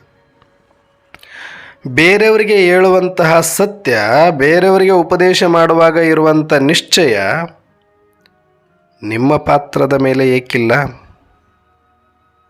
ನಿಮ್ಮ ಸುತ್ತಮುತ್ತಲಿನವರ ಪಾತ್ರದ ಮೇಲೆ ಯಾಕಿಲ್ಲ? ಅಣ್ಣವರೇ, ನನಗೆ ಈ ಥರ ಜನ್ಮ ಇನ್ನೊಂದು ಸಲ ಸಿಗುತ್ತೆ ಅಂತ ನೆನೆಸ್ಕೊಂಡ್ರೇ ಭಯ ಆಗ್ತಿದೆ. ಮತ್ತೆ 5,000 ವರ್ಷಕ್ಕೊಂದ್ಸಲಿ ಇದೇ ಶರೀರನ, ಇದೇ ಪತಿನ, ಇದೇ ಮಕ್ಕಳ, ಇದೇ ಪತ್ನಿನ, ಇದೇ ಸಮಸ್ಯೆನ, ಇದೇ ಅವಮಾನನ ಯಪ್ಪ ಅಂತ ಹಾರ್ಟ್ ಅಟ್ಯಾಕೇ ಆಗ್ಬಿಡುತ್ತೆ. ಯಾಕಂದರೆ ಅಂತಿಮ ಜನ್ಮ ಅಷ್ಟು ಘೋರವಾಗಿ ಕೆಲವರದ್ದಿದೆ. ಸಮಸ್ಯೆಗಳು ಎಲ್ಲರಿಗೂ ಇದೆ ಸಮಸ್ಯೆಗಳು. ಕೆಲವರಿಗೆ ದೈಹಿಕವಾಗಿ, ಕೆಲವರಿಗೆ ಮಾನಸಿಕವಾಗಿ, ಕೆಲವರಿಗೆ ಸಾಮಾಜಿಕವಾಗಿ, ಕೆಲವರಿಗೆ ಆರ್ಥಿಕವಾಗಿ. ಸಮಸ್ಯೆಗಳು ಇಲ್ಲದೇ ಇದ್ದರೆ ಇದನ್ನು ಕಲಿಯುಗದ ಜನ್ಮ ಅಂತ ಯಾಕೆ ಕರಿತಾ ಇದ್ರು? ತಮೋಪ್ರಧಾನ ಕಾಯ ಅಂತ ಯಾಕೆ ಕರಿತಾ ಇದ್ರು? ಇದನ್ನು ಪತೀತ ಪ್ರಪಂಚ ಅಂತ ಯಾಕೆ ಹೇಳಬೇಕಾಗಿತ್ತು? ಮತ್ತೆ ಬೆಕ್ಕದಂಥ ಬಾಬರವ್ರ ಮಕ್ಕಳು ಇರಲಿ, ಬೆಕ್ಕದಂಥ ಅಂತಿಮ ಜನ್ಮದಲ್ಲಿ ಯಾರೇ ಬಂದ್ರಿ, ಅವ್ರ ಸಿರಿ ಸಂಪತ್ತಿನ ಬಂಗಾರ ಸ್ಪೂನಲ್ಲೇ ಊಟ ಮಾಡ್ಕೊಂಡು ಕೂತಿರಲಿ, ಸಮಸ್ಯೆ ಅವ್ರಿಗೂ ಇದೆ. ಬೇಕಾದಂಥ ಪೂರ್ತಿ ಕಡು ಬಡತನದ ಗುಡಿಸ್ಲಲ್ಲೇ ಇರಲಿ, ಒಂದಷ್ಟು ಶಕ್ತಿ ಅವ್ರಿಗೂ ಇದೆ. ಕಲಿಯುಗದ ವಿಶೇಷತೆಯೇ ಅದು. ಬೇಕಾದಷ್ಟು ಸಿರಿ ಸಂಪತ್ತಿನಲ್ಲಿದ್ದರೂ ಕೂಡ ಸಮಸ್ಯೆ ಇರುತ್ತೆ, ಬೇಕಾದಂಥ ಸಮಸ್ಯೆಯಲ್ಲಿದ್ದವನಿಗೂ ಒಂದಷ್ಟು ಶಕ್ತಿ ಇರುತ್ತೆ. ಇದು ಕಲಿಯುಗದ ಬಹಳ ಮೋಜಿನ ಪಾತ್ರ. ಇದು ಬಿದ್ದೋದ ಹಾಳೋದ ಅನ್ನೋದ್ರಲ್ಲೇ ಎದ್ದು ನಿಲ್ಲುವ ತಾಕತ್ತು ಕೊಡುತ್ತೆ. ಇವನ್ನೆಲ್ಲ ಎದ್ದು ಬಿಟ್ಟ ಇವನು ಯಾರು ಹಿಡಿಯೋರಿಲ್ಲ ಅನ್ನೋದ್ರೊಳಗಡೆ ಒಂದು ಕ್ಷಣದಲ್ಲಿ ಕೆಳಗೂ ಹಾಕುತ್ತೆ. ಇದು ಎರಡನ್ನೂ ಕೂಡ ಮಾಡಿ ನೋಡುವಂಥ ವಿಶೇಷ ಸಮಯವೇ ಈ ಕಲಿಯುಗದ ಅಂತಿಮ ಸಮಯ. ಹಾಗಾಗಿ ಅವರಿಗೆ ಮಾತ್ರ ನೀವು ಭಾಳ ಚಂದ ಹೇಳ್ತೀರಿ, ಮೋಕ್ಷ ಇಲ್ಲ, ಇದು ಮಾಡಲ್ಪಟ್ಟಿದೆ, ಇನ್ನು ಯಾವ ಕಲ್ಪಕ್ಕೂ ಇದು ಚೇಂಜ್ ಆಗಲ್ಲ, ಇದು ಹೂಬಹು ಆಗಿದೆ, ಮತ್ತೆ ಇದು ರಿಪೀಟ್ ಆಗುತ್ತೆ, ಮತ್ತೆ 5,000 ವರ್ಷಕ್ಕೊಂದ್ಸಲಿ ಬಾಬಾ ಬರ್ತಾರೆ, ಮತ್ತೆ ನಾವು ಬಾಬಾ ಮಕ್ಕಳಾಗ್ತೀವಿ, ಮತ್ತೆ ನಾವು ಮಧುಬನಕ್ಕೆ ಬರ್ತೀವಿ. ಅರೆ, ಒಳ್ಳೆ ಕ್ಷಣಗಳನ್ನು ಮಾತ್ರ 5,000 ವರ್ಷಕ್ಕೊಂದ್ಸಲಿ ಬರುತ್ತೆ ಅಂತ ಖುಷಿಪಟ್ಟು ನಂಬುತ್ತೀವಿ, ನಿಶ್ಚಯ ಮಾಡ್ತೀವಿ. ಯಾಕೆ ನಮಗಿಷ್ಟ ಇಲ್ಲದಂದ ತಕ್ಷಣ ನಾವೇ ಮೂಗು ಮುರಿತೀವಿ? ಹೊರಗಿನವ್ರದ್ದು ಬಿಟ್ಟು ಬಿಡೋಣ. ಈಗ ಅದೇ ಡ್ರಾಮನೇ ತಾನೇ ನಿಮಗೆ ಪರಮಾತ್ಮನನ್ನು ತಂದು ಕೊಟ್ಟಿದೆ, ಪರಮಧಾಮದ ಸ್ಮೃತಿ ಕೊಟ್ಟಿದೆ, ಮಧುಬನ ಕೊಟ್ಟಿದೆ, ಮಿಲನ ಕೊಟ್ಟಿದೆ, ಪರಿವಾರ ಕೊಟ್ಟಿದೆ, ಜ್ಞಾನ ಕೊಟ್ಟಿದೆ, ನಿಶ್ಚಯ ಕೊಟ್ಟಿದೆ, ಧೈರ್ಯ ಕೊಟ್ಟಿದೆ, ಉಮ್ಮಂಗ ಉತ್ಸಾಹ ಇಟ್ಟಿದೆ, ಮುಂದೆ ಸತ್ಯುಗನು ಕೊಡ್ತಾ ಇದೆ ಅಲ್ವಾ? ಇಷ್ಟು ಕೊಟ್ಟಿರುವ ಈ ಡ್ರಾಮಾ ಒಂದಷ್ಟು ಕಷ್ಟ ಬಂದಿದೆ ಪಾತ್ರದಲ್ಲಿ ಅಂದಾಗ ಅದಕ್ಕೆ ಯಾಕೆ ಇಷ್ಟು ಟೆನ್ಷನ್ ತಗೊಳ್ತೀರಿ? ಇಂಥ ಕಷ್ಟದ ಸಮಯದಲ್ಲಿ ನಿನಗೆ ಪರಮಾತ್ಮನನ್ನು ಕೊಟ್ಟು ಜ್ಞಾನ ಯೋಗದ ಶಕ್ತಿಯನ್ನು ಇಟ್ಟು ನಿನ್ನ ರಕ್ಷಣೆ ಮಾಡೋಕ್ಕೆ ಏನು ಬೇಕೆಲ್ಲ ಅದು ಮಾಡ್ತಾ ಇದ್ರೂ ಕೂಡ ನನಗೆ ಈ ಜನ್ಮ ಮತ್ತೆ ಬೇಡ ರೀ, ನನಗಿಂತ ತಂದೆ ತಾಯಿ ಬೇಡ ರೀ, ನನಗಿಂತ ಪತಿ ಬೇಡ ರೀ, ನನಗಿಂತ ಮಕ್ಕಳು ಬೇಡ ರೀ, ನನಗಿಂತ ಅಕ್ಕಪಕ್ಕದವ್ರು ಬೇಡ, ನಮಗೆ ಈ ಟೀಚರ್ ಬೇಡವೇ ಬೇಡ, ಈ ಥರದಲ್ಲಿ ನಾವು ಮನಸ್ಥಿತಿಯಲ್ಲಿ ಬಂದುಬಿಟ್ಟಿದ್ದೀವಲ್ಲ. ಇದು ಚೇಂಜ್ ಆಗಬೇಕು ಅಂತ ಭಾಳಷ್ಟು ಮಕ್ಕಳುಗಳು ಕೊರಗ್ತಾ ಇದ್ದಾರೆ. ಅವ್ರಿಗೆ ಹೇಳಿರೋದಿದು. ನಾವು ಅಂದ್ಕೊಳ್ತೀವಿ ಮೇಲ್ನೋಟಕ್ಕೆ ನೋಡಿದ್ರೆ ಲೌಕಿಕದವ್ರಿಗೆ ಹೇಳ್ಬಿಟ್ಟಿದ್ದಾರೆ ಒಂದು ಮಾತು. ಅಲ್ಲ, ಮಕ್ಕಳುಗಳು ಕೂಡ ಅಂದ್ಕೊಳ್ತಾ ಇದ್ದಾರೆ, ಬಾಬಾ ಇದು ಸ್ವಲ್ಪ ಚೇಂಜ್ ಮಾಡಿಕೊಡು ಡ್ರಾಮಾ, ಎಲ್ಲ ಓಕೆ, ಆದರೆ ಇದು ಯಾಕೆ? ಶರೀರ ಹಿಂಗಾಗ್ಬಿಟ್ಟಿದೆ, ಸೊಂಟ ಉಳುಕ್ಬಿಟ್ಟಿದೆ, ಮೊಣಕಾಲು ನೋವು ಬಂದುಬಿಟ್ಟಿದೆ, ತಲೆ ಬಿಸಿ ಆಗಿಬಿಟ್ಟಿದೆ, ಹಾರ್ಟ್ ಅಟ್ಯಾಕ್ ನೋವಾಗ್ತಾಯಿದೆ, ಬಿ ಪಿ ಜಾಸ್ತಿ ಆಗಿಬಿಟ್ಟೈತಿ, ಇದು ಸ್ವಲ್ಪ ಸರಿ ಮಾಡು. ಬೆಳಿಗ್ಗೆ ಎದ್ದ ತಕ್ಷಣ ಕಂಪ್ಲೇಂಟ್ಗಳು ಇರುತ್ತೆ.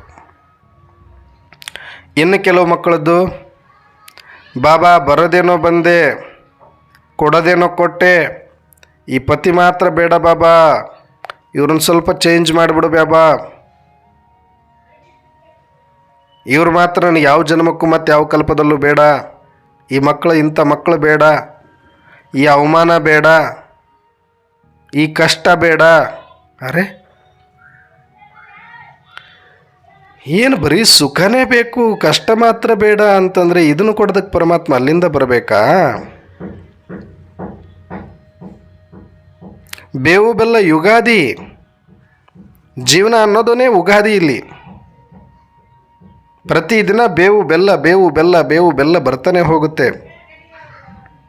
ಯಾವ್ಯಾವ ಟೈಮಿಗೆ ಏನೇನು ಬರುತ್ತೆ ಅದನ್ನು ಸ್ವೀಕಾರ ಮಾಡ್ಕೊಂಡು ಸುಮ್ಮನೆ ಇರಬೇಕು. ಬೇವು ಬೇಡ ಅಂದರೂ ಕೇಳಲ್ಲ, ಬೆಲ್ಲ ಬೇಕು ಅಂದರೂ ಸಿಗಲ್ಲ ಇಲ್ಲಿ. ಹಾಗೆ ಈ ಸೃಷ್ಟಿ ನಾಟಕದಲ್ಲಿ ಪ್ರತಿಯೊಂದು ಸೀನರಿಗಳು, ಪ್ರತಿಯೊಂದು ಪಾತ್ರಗಳು ಪೂರ್ವ ನಿಯೋಜಿತವಾಗಿದೆ.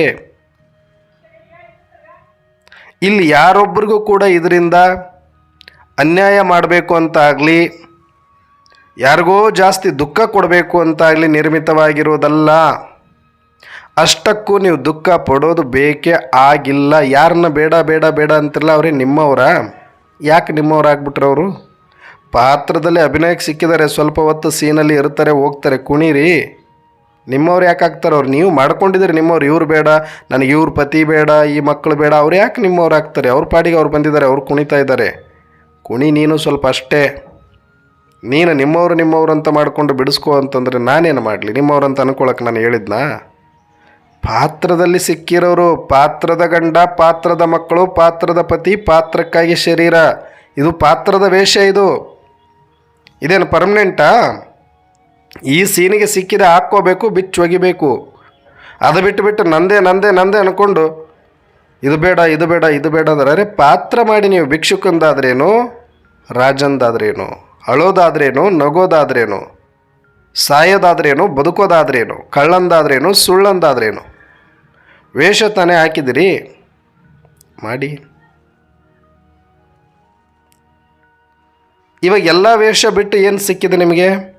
ಕಳ್ಳನ ಪಾತ್ರನೂ ಮಾಡಿರ್ಬೋದು, ಸುಳ್ಳನ ಪಾತ್ರನೂ ಮಾಡಿರ್ಬೋದು, ಭಿಕಾರಿ ಪಾತ್ರನೂ ಮಾಡಿರ್ಬೋದು, ರಾಜನ ಪಾತ್ರನೂ ಮಾಡಿರ್ಬೋದು. ಎಲ್ಲ ಮುಗೀತು. ಈ ಎಲ್ಲ ವೇಷ ಕಳಚಿಟ್ಬಿಟ್ಟು ಭಗವಂತ ಬಂದು ಹೊಸ ಒಂದು ಸ್ಕಿಟ್ ಕೊಟ್ಟಿದ್ದಾರೆ, ಹೊಸ ಒಂದು ಡ್ರೆಸ್ ಕೊಟ್ಟಿದ್ದಾರೆ. ಏನು ಮಾಡಿದ್ರು? ಇಲ್ಲಿ ತನಕ ಎಂತೆಂಥ ಯದ್ವಾ ತದ್ವಾ ಬಣ್ಣಗಳನ್ನು, ಕೆಂಪು ಹಚ್ಕೊಂಡು ಕುಣಿದೀವಿ, ಕಪ್ಪು ಹಚ್ಕೊಂಡು ಕುಣಿದೀವಿ, ಹಸಿರು ಹಚ್ಕೊಂಡು ಕುಣಿದೀವಿ, ಎಲ್ಲನೂ ಹಚ್ಕೊಂಡು ಕುಣಿದು ಆಗಿತ್ತು.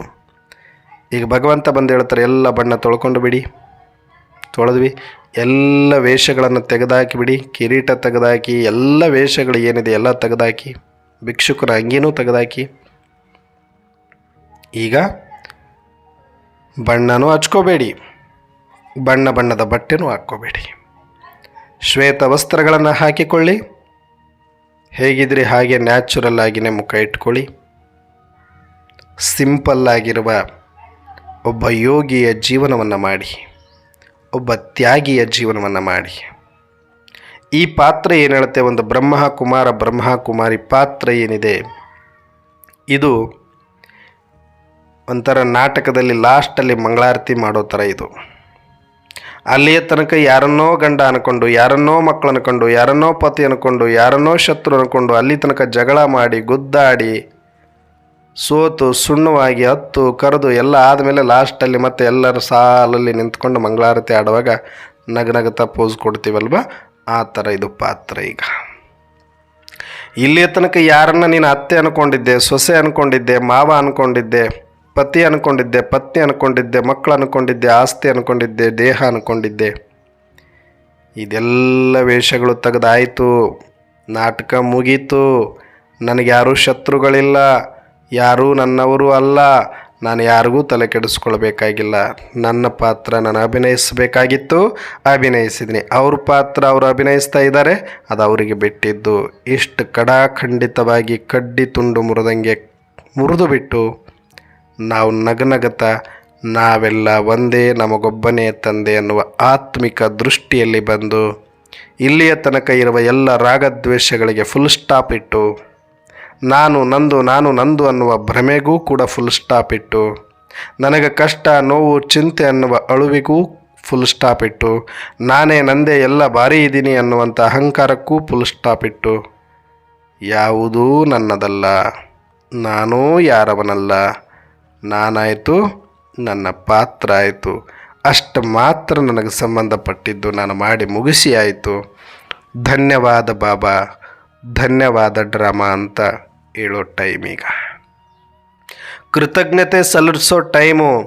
ನಾನು ಇಲ್ಲಿಯ ತನಕ ಏನು ಪಾತ್ರವನ್ನು ಮಾಡಿದ್ದೀನಿ ಆಯ್ರಿ ಮಾಡೋ ಟೈಮ್. ಎಲ್ಲರೂ ಕೂಡ 100 ಮಾಡೋರು 100 ಮಾಡ್ತಾರೆ, 50 ಮಾಡೋರು 50 ಮಾಡ್ತಾರೆ, ಬೈಕಂಡೆದ್ದೋಗರು ಬೈಕಂಡೆದ್ದೋಗ್ತಾರೆ. ಹಾಗೆ ಇಲ್ಲಿಯ ತನಕ ನಾನು ಮಾಡಿರುವ ಪಾತ್ರದ ಅಭಿನಯದಲ್ಲಿ ನನಗೆ ಸಿಕ್ಕಿರುವ ಸಹಯೋಗ ಪಾತ್ರದವರು ನನಗೆ ಬಂದು ಹೊಗಳ್ಬೋದು, ಸನ್ಮಾನನೂ ಮಾಡ್ಬೋದು, ಇನ್ನು ಕೆಲವರು ಬಂದು ತೆಗಳಿಬಿಟ್ಟು ಅವಮಾನನೂ ಮಾಡ್ಬೋದು. ಹಾಗೆ ಈಗ ನಾವು ಸಾಕ್ಷಿಯಾಗಿರಬೇಕು.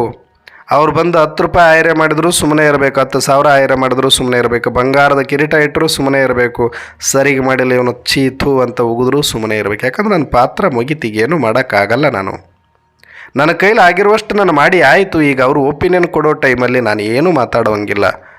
ಎಲ್ಲರೂ ನಮ್ಮವರೇ, ನೋಡಿದಿರಲ್ಲ ಅದಕ್ಕೆ ಧನ್ಯವಾದಗಳು ಅಂತ ಅವ್ರಿಗೆ ವೀಕ್ಷಕರಿಗೆ ಕೈ ಮುಗಿಬೇಕು. ಬಿಟ್ಟರೆ ಪಾತ್ರಧಾರಿಗೆ ಯಾವುದೇ ಒಂದು ಅವಕಾಶ ಅಲ್ಲಿ ಇರೋದಿಲ್ಲ. ಹಾಗೆ ಇದು ಆಶೀರ್ವಾದ ಪಡೆಯುವ ಟೈಮ್. ಇಲ್ಲಿಯ ತನಕ ಏನು ಪಾತ್ರ ಮಾಡಿದ್ದೀವಿ, ಅಭಿನಯಿಸಿದ್ದೀವಿ, ಈಗ ಎಲ್ಲರ ಮೇಲಿನ ದ್ವೇಷವನ್ನು, ರಾಗವನ್ನು ತೆಗೆದು, ಭಯವನ್ನು ತೆಗೆದು, ಚಿಂತೆಯನ್ನು ತೆಗೆದು, ಅಹಂಕಾರವನ್ನು ತೆಗೆದು, ಈಗ ನನ್ನ ಪಾತ್ರವನ್ನು ಇಲ್ಲಿಗೆ ನಾನು ಮುಕ್ತಾಯ ಮಾಡ್ತಿದ್ದೇನೆ, ನನ್ನ ಪಾತ್ರ ಮುಗಿತು ಅಂತ ಮಂಗಳಾರತಿ ಮಾಡೋಕ್ಕೆ ನಿಂದಿರುವ ಸಮಯ ಈ ಸಂಗಮದ ಸಮಯ. ಇಲ್ಲಿ ನೀವು ಕೇಳೋದು ಕೂಡ ಅವರು ಹೆಂಗೆ ಮೋಕ್ಷ ಕೇಳ್ತಾರೆ, ಮುಕ್ತಿ ಕೇಳ್ತಾರೆ, ಪರ್ಮನೆಂಟಾಗಿದ್ದು ಬಿಡಬೇಕು, ಈ ಕಷ್ಟ ಬೇಡ, ಈ ಭವಸಾಗರ ಬೇಡ ಅಂತ. ಮತ್ತು ಅವರು ಹೇಳೋದಕ್ಕೂ ನೀವು ಹೇಳೋದಕ್ಕೆ ಏನು ವ್ಯತ್ಯಾಸ ಇದೆ? ಅವ್ರು ಗೊತ್ತಿಲ್ಲದೆ ಕೇಳಿದ್ರು ಪಾಪ, ನೀವು ಗೊತ್ತಾಗಿ ಪರಮಾತ್ಮ ಬಂದು ಇಷ್ಟೆಲ್ಲ ಜ್ಞಾನ ಕೊಟ್ಟು ಇದು ಪೂರ್ವ ನಿಯೋಜಿತ ಆಗಿದೆ ಮಕ್ಕಳೇ, ಇದು ಒಂದು ಆಟ ಇದೆ ಮಕ್ಕಳೇ, ಇದು ಜಸ್ಟ್ ಪಾತ್ರ ಮಕ್ಕಳೇ, ಇನ್ನೂ ಸ್ವಲ್ಪ ದಿನ ಮಕ್ಕಳೇ ಮುಗಿದೋಗ್ಬಿಡುತ್ತೆ ಮಕ್ಕಳೇ ಅಂತ ಹೇಳಿದ ಮೇಲೂ ಒಂದು ಗ್ಯಾಪಲ್ಲಿ ಬಂದುಬಿಟ್ಟು ಬಾಬನ ಹತ್ರ ಮತ್ತೆ ಹೇಳ್ತೀರಿ ನೀವು ಏನಂತ? ಬಾಬಾ ನನಗೆ ಈ ಕಷ್ಟ ಇದೆ, ಅದನ್ನು ಸರಿ ಮಾಡಿಕೊಡು ಬಾಬಾ. ಬಾಬಾ ನನಗೆ ಇವ್ರು ಸರಿ ಇಲ್ಲ ಬಾಬಾ, ಇವ್ರನ್ನ ಸ್ವಲ್ಪ ಸರಿ ಮಾಡು ಬಾಬಾ. ಬಾಬಾ ಇವ್ರನ್ನ ಸ್ವಲ್ಪ ಜ್ಞಾನಕ್ಕೆ ಬರೋ ಥರ ಮಾಡಿಬಿಡು ಬಾಬಾ. ಬಾಬಾ ಈ ಪಕ್ಕದ ಮನೆಯವ್ರು ಎಲ್ಲಾದರೂ ಹಾಳಾಗಿ ಹೋಗಂಗೆ ಮಾಡಿಬಿಡು ಬಾಬಾ, ನಮಗೆ ಕಾಟ ಕೊಟ್ಟು ಬಿಟ್ಟಿದ್ದಾರೆ. ಅರೆ ನೀವು ಕೂಡ ಮತ್ತೆ ಅವ್ರ ಥರನೇ ಇದು ಸರಿ ಇಲ್ಲ ಅಂತ ಕಂಪ್ಲೇಂಟ್ ಮಾಡಿ ಇದನ್ನು ಚೇಂಜ್ ಮಾಡು ಅಂತ ಹೇಳ್ತಾ ಇದ್ದೀರಲ್ಲ, ಇದು ಮೋಕ್ಷಕ್ಕೆ ಸಮಾನನೇ. ಆ ಮೋಕ್ಷನೂ ಕೂಡ ಅವ್ರು ಹೆಂಗೆ ಕೇಳ್ತಾ ಇದ್ರು, ಇದು ಸಾಕೇ ಸಾಕಪ್ಪ ನಾನಲ್ಲಿ ಬಂದು ಕೂಡ್ತೀನಿ ಅನ್ನೋದು ಒಂದೇನೇ.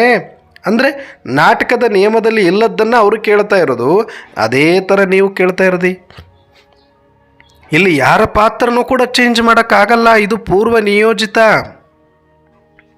ಮತ್ತು ನಮಗೆ ಯಾಕೆ ಹಿಂಗೆ ಮಾಡಿಬಿಟ್ರು ಬಾಬಾ, ಅವ್ರದ್ದೆಲ್ಲ ಹಿಂಗಿದೆ. ಯಾರ್ದು ಹಂಗಿಲ್ಲ, ನಿಮಗೆ ಗೊತ್ತಿಲ್ಲ ಅಷ್ಟೇ. ಈ ಸೃಷ್ಟಿಯ ನಾಟಕದಲ್ಲಿ ಸಮಯ ಸ್ವಲ್ಪ ಹೆಚ್ಚು ಕಡಿಮೆ ಪಾತ್ರಕ್ಕನುಸಾರವಾಗಿ ಕೆಲವೊಂದು ಆತ್ಮರಿಗೆ ಸಿಕ್ಕಿರ್ಬೋದು ಬಿಟ್ಟರೆ, ಆಯಾ ಯುಗಗಳಲ್ಲಿ ಬಂದಿರ್ಬೋದು ಬಿಟ್ಟರೆ, ಆದರೆ ಎಲ್ಲರ ಪಾತ್ರಕ್ಕೂ ಸಮಾನ ನ್ಯಾಯ ಸಿಕ್ಕಿದೆ ಈ ಡ್ರಾಮಾದಲ್ಲಿ. ಸತ್ಯುಗದ ಆತ್ಮ, ತ್ರೇತಾಯುಗದ ಆತ್ಮ ಅತಿ ಸುಖವನ್ನು ಅನುಭವಿಸ್ತಾರೆ, ಮತ್ತು ಅಷ್ಟೇ ಸಮಯ ದುಃಖದ ಸಮಯನೂ ಅವರಿಗೆ ಜಾಸ್ತಿ ಇರುತ್ತೆ. ಲೇಟಾಗಿ ಬರುವ ಆತ್ಮರಿಗೆ ಸುಖನೂ ಅಲ್ಪ ಇರುತ್ತೆ, ದುಃಖನೂ ಅಲ್ಪ ಇರುತ್ತೆ. ಈ ಸತ್ಯ ಅರ್ಥ ಮಾಡ್ಕೊಂಡಿರಿ ಅಂದಮೇಲೆ ಇಲ್ಲಿ ಎಲ್ಲರ ಪಾತ್ರಕ್ಕೂ ನ್ಯಾಯ ಸಿಕ್ಕಿದೆ, ಅದರಲ್ಲಿ ಯಾರಿಗೂ ಮೋಸ ಆಗಿಲ್ಲ ಅಂತ ಬಾಬರವರು ಮುರಳಿಯಲ್ಲಿ ಸಾಕಷ್ಟು ಸಲ ಹೇಳಿದ್ದಾರೆ. ಹೋಗಲಿ, ಇದ್ರಾಗ ಅನ್ಯಾಯ ನ್ಯಾಯದ ಪ್ರಶ್ನೆ ಏನಾದರೂ ಯಾಕೆ ಬರುತ್ತೆ ಅಂತಂದರೆ, ಇವರಿಗೆ ನಾಟಕವನ್ನು ನಾಟಕ ಅಂತ ಸ್ವೀಕಾರ ಮಾಡಲಿಕ್ಕೆ ಆಗ್ತಿಲ್ಲ. ಇವತ್ತಿಗೂ ಇದು ಇನ್ನೂ ಒರಿಜಿನಲ್ಲು. ಯಾಕಂದರೆ ಇವರಿಗೆ ಸತ್ಯುಗದ ಭ್ರಮೆಯಲ್ಲಿ ಮುಳುಗಿರೋದ್ರಿಂದ ಇದನ್ನು ಭಾಳ ಗಂಭೀರವಾಗಿ ನಾಟಕವನ್ನು ತೆಗೆದುಕೊಂಡು ಬಿಟ್ಟಿದ್ದಾರೆ ಇವರು. ಹಾಂ, ಸತ್ಯುಗ ಪರ್ಫೆಕ್ಟ್ ಬಾಬಾ, ಭಾರಿ ಚೆನ್ನಾಗಿತ್ತು ಬಾಬಾ, ಹಂಗಿರಬೇಕು ಬಾಬಾ ನಾಟಕ ಅಂದ್ರೆ. ಇದೇನು ಬಾಬಾ ಕಲಿಯುಗ, ಇದು ಏನು ಬಾಬಾ ದುಃಖ, ಇದು ಏನು ಬಾಬಾ ಇವರು ಕುಡಿತ ತಿನ್ನೋದು ಒಡೆಯೋದು ಒದಿಯೋದು ಬಂದು ಉಗುಳೋದು, ಯಪ್ಪ ಸಾಕಾಗ್ಬಿಡುತ್ತೆ ಚಿಚಿ ಪ್ರಪಂಚ. ಅರೆ ಹಂಗಂದುಬಿಟ್ರೆ ಹೆಂಗೆ, ಸೀನರಿ ಇದಷ್ಟೇ, ಹಾಗೆ ಇರುತ್ತಾ? ಈ ಸೃಷ್ಟಿಯಲ್ಲಿ ಸೂರ್ಯ ಚಂದ್ರರಿಗೆ ಇಲ್ಲ. ಹಗಲು ಮುಗಿದ ಮೇಲೆ ಸೈಡಿಗೆ ಸರಿದು ಚಂದ್ರನಿಗೆ ಅವಕಾಶ ಕೊಡಬೇಕು. ಚಂದ್ರನು ನಾನು ಶಾಂತವಾಗಿ ಉರಿತಾ ಇದ್ದೀನಿ, ಬೆಳಗ್ತಾ ಇದ್ದೀನಿ ಅಂತ ನೀನು ಬೆಳಗಂಗಿಲ್ಲ, ನೀನು ಸೈಡಿಗೆ ಸರಿಬೇಕು, ಮತ್ತೆ ಉರಿ ಬಿಸಿಲು ಬರಬೇಕು. ಈ ಜಗತ್ತು ಇರೋದೇ ಹಾಗೆ. ಚಳಿಗಾಲದಲ್ಲಿ ಒಂದು ಬಿಸಿಲಿನ ಕಿರಣಕ್ಕಾಗಿ, ಸೂರ್ಯನ ಕಿರಣಕ್ಕಾಗಿ ಮೈವಡ್ಡಿ ಹೊರಗಡೆ ಬಂದು ಕಾಯ್ತಾ ಇರುವ ನಾವು, ಬಾರಪ್ಪ ಬಾರಪ್ಪ ಅಂತ ಮೊರೆ ಇಡುವ ನಾವೇ, ಬೇಸಿಗೆ ಕಾಲ ಬಂದರೆ ಯಾಕಪ್ಪ ಸೂರ್ಯ ಬಂದ ಅಂತ, ಹಾಳಾದ ಸೂರ್ಯ ಅಂತ ಬೈಕೊಳ್ತೀವಿ. ಸ್ವಲ್ಪ ಕಡಿಮೆ ಆದರೂ ತಡ್ಕೊಳ್ಳಲ್ಲ, ಸ್ವಲ್ಪ ಜಾಸ್ತಿ ಆದರೂ ತಡ್ಕೊಳ್ಳಲ್ಲ. ಈ ಸೃಷ್ಟಿ ಇರೋದೇ ಹೀಗೆ. ಅಂಥ ಸೂರ್ಯಚಂದ್ರರನ್ನೇ ಸಹಿಸಿಕೊಳ್ಳಲ್ಲ. ಪರಿವರ್ತನೆ ಪುನರಾವರ್ತನೆ ಜಗದ ನಿಯಮ ಅಂದಮೇಲೆ ನಿನ್ನನ್ನು ಸಹಿಸ್ಕೊಳ್ತಾರ, ನಿನ್ನ ಪಾತ್ರವನ್ನು ಸಹಿಸ್ಕೊಳ್ತಾರ ಹೇಳು? ಅದಕ್ಕೆ ನೀನು ಯಾರ ಬಗ್ಗೆ ತಲೆ ಕೆಡಿಸ್ಕೊಳ್ಬೇಡ. ನಿನ್ನ ಪಾತ್ರವನ್ನು ನೀನು ಅಚ್ಚುಕಟ್ಟಾಗಿ ಮಾಡಿದೀಯಾ, ಮುಗೀತು. ಯಾರನ್ನೂ ನೋಡಬೇಡ, ನೀನು ಯಾರಿಗಾಗಿ ಬಂದಿಲ್ಲ. ಪರಮಧಾಮದಿಂದ ಬರುವಾಗ ನೀನು ಕೇಳ ಆತ್ಮ ಬಂದಿದೆಯಾ, ನಿನ್ನ ಪಾತ್ರಕ್ಕಾಗಿ ಬಂದಿದೆಯಾ. ನಿನ್ನ ಪಾತ್ರವನ್ನು ಅಭಿನಯ ಮಾಡುವುದಷ್ಟೇ ನಿನ್ನ ಕರ್ತವ್ಯವಾಗಿತ್ತು. ಇಲ್ಲಿ ಯಾರೂ ನಿನ್ನವರಲ್ಲ. ಹಿಂದಿನ ಜನ್ಮದಲ್ಲಿ ಇದ್ದವರು ಈಗಿಲ್ಲ, ಈ ಜನ್ಮದಲ್ಲಿದ್ದವರು ಮುಂದೆ ಇಲ್ಲ. ಇದು ನಿತ್ಯ ನಿರಂತರ ನಡೀತಾ ಇರುತ್ತೆ. ಓನ್ಲಿ ಕೊನೆಯಲ್ಲಿ ನೀವು ತಿಳ್ಕೊಳ್ಳೋದು ಆತ್ಮರಷ್ಟೇ. ಪಾತ್ರಗಳು ಪರಿವರ್ತನೆ ಆಗಲಿಕ್ಕೇ ಇರೋದು, ಪರಿವರ್ತನೆ ಆಗ್ತಾನೆ ಇರ್ತವೆ. ಆದರೆ ನೀವು ಇವತ್ತಿಗೂ ಬೇಡಿಕೆ ಇಡೋದು ಪಾತ್ರಗಳಲ್ಲಿ ಪರಿವರ್ತನೆ ಆಗಬೇಕು, ಪಾತ್ರಗಳಲ್ಲಿ ಚೇಂಜಸ್ ಆಗಬೇಕು. ನೋ, ನೀವು ಅಂದುಕೊಂಡಂಗೆ ಅದು ಯದ್ವಾ ತದ್ವಾ ಇಲ್ಲ, ಭಾಳ ಸಿಸ್ಟಮೆಟಿಕ್ ಆಗಿ ನಡೆದಿದೆ. ಬಾಬಾ ಇದು ಯಾಕಾದರೂ ಬೇಕಿತ್ತು ಬಾಬಾ ಈ ಕ್ಲೈಮ್ಯಾಕ್ಸು? ಎಲ್ಲ ಓಕೆ, ಇದು ಯಾಕೆ ಈಗ ವಿನಾಶ ಅಂತೆ, ಬ್ಲಾಸ್ಟ್ ಅಂತೆ, ಭೂಕಂಪ ಅಂತೆ, ಅಪ್ಪ ಇದನ್ನು ನೆನೆಸ್ಕೊಳ್ಳೋಕ್ಕೆ ಆಗ್ತಿಲ್ಲ. ಅದು ಬೇರೆ ಇವಾಗ ನೋಡಿ, ಈ ಕಲಿಯುಗದಲ್ಲಿ ಎಷ್ಟು ಒಳ್ಳೆಯವರಿಗೆ ಕೆಟ್ಟ ಕಾಲ ಇದೆ, ರೋಗಗಳು ಬರ್ತಾ ಇದ್ದಾವೆ. ಇದೆಲ್ಲ ಇಷ್ಟು ಬೇಕಿರಲಿಲ್ಲಪ್ಪ. ಇಷ್ಟು ಓವರ್ ಕ್ಲೈಮ್ಯಾಕ್ಸ್ ಯಾರು ನಿರೀಕ್ಷೆ ಮಾಡಿದ್ರನಪ್ಪ? ನಿನಗೆ ಯಾರು ಕೇಳಿದ್ರು? ಸುಮ್ಮನೆ ಮುಗಿಸ್ಬಿಡೋದಲ್ವ? ಸತ್ಯುಗ ತ್ರೇತಾಯುಗ ಆಯ್ತಪ್ಪ, ಅಲ್ಲೇ ಮುಗಿಸ್ಬಿಟ್ಟು ಮತ್ತೆ ಒಳ್ಳೆ ರಿಪೀಟ್ ಮಾಡ್ಕೊತ ಕೊಡಬೇಕಿತ್ತು. ಬೇಡ ಆಯಿತು, ದ್ವಾಪರ ಯುಗ ಒಂದು ಇಟ್ಕೋಬೋದಾಗಿತ್ತು. ಈ ಕಲಿಯುಗ ಏನಕ್ಕೆ ಬೇಕಿತ್ತು ಬಾಬಾ ನಿನಗೆ? ಹೆಂಗೆ ಮಳೆಗಾಲ ಚಳಿಗಾಲ ಬೇಸಿಗೆಗಾಲ ಮೂರೇ ಇದ್ವಲ್ಲಪ್ಪ, ಹಾಗೆ ಸತ್ಯ ತ್ರೇತ ದ್ವಾಪರ ಭಕ್ತಿ ಒಂದಿಷ್ಟು ಮಾಡಿ ತಣ್ಣಗೆ ಮತ್ತೆ ಜರ್ಕೊಂಡ್ಬಿಡ್ತಿದ್ವಿ ನಾವು ಸತ್ಯುಗಕ್ಕೆ. ಇದು ಕಲಿಯುಗಕ್ಕೆ ಹಾಕಿ ರುಬ್ಬೋ ಸೀನ್ ಬೇಕಾದ್ರೆ ಯಾಕಪ್ಪ ಇಟ್ಬಿಟ್ಟೆ ನಮಗೆ?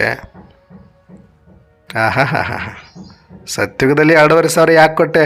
ಅಲ್ಲೇ ಒಂದು 500 ವರ್ಷ ಕೊಟ್ಟಿದ್ರೆ ಸಾಕಿತ್ತು ಅಂತ ಹೇಳಿದ್ರೆ ಇದನ್ನು ಅಷ್ಟೇ ಆಗ್ತಿತ್ತು. ಅದಕ್ಕೆ ಮಾತ್ರ ಯಾರೂ ಒಂದು ದಿನ ಮೈನಸ್ ಕೇಳಕ್ಕೆ ರೆಡಿ ಇಲ್ಲ.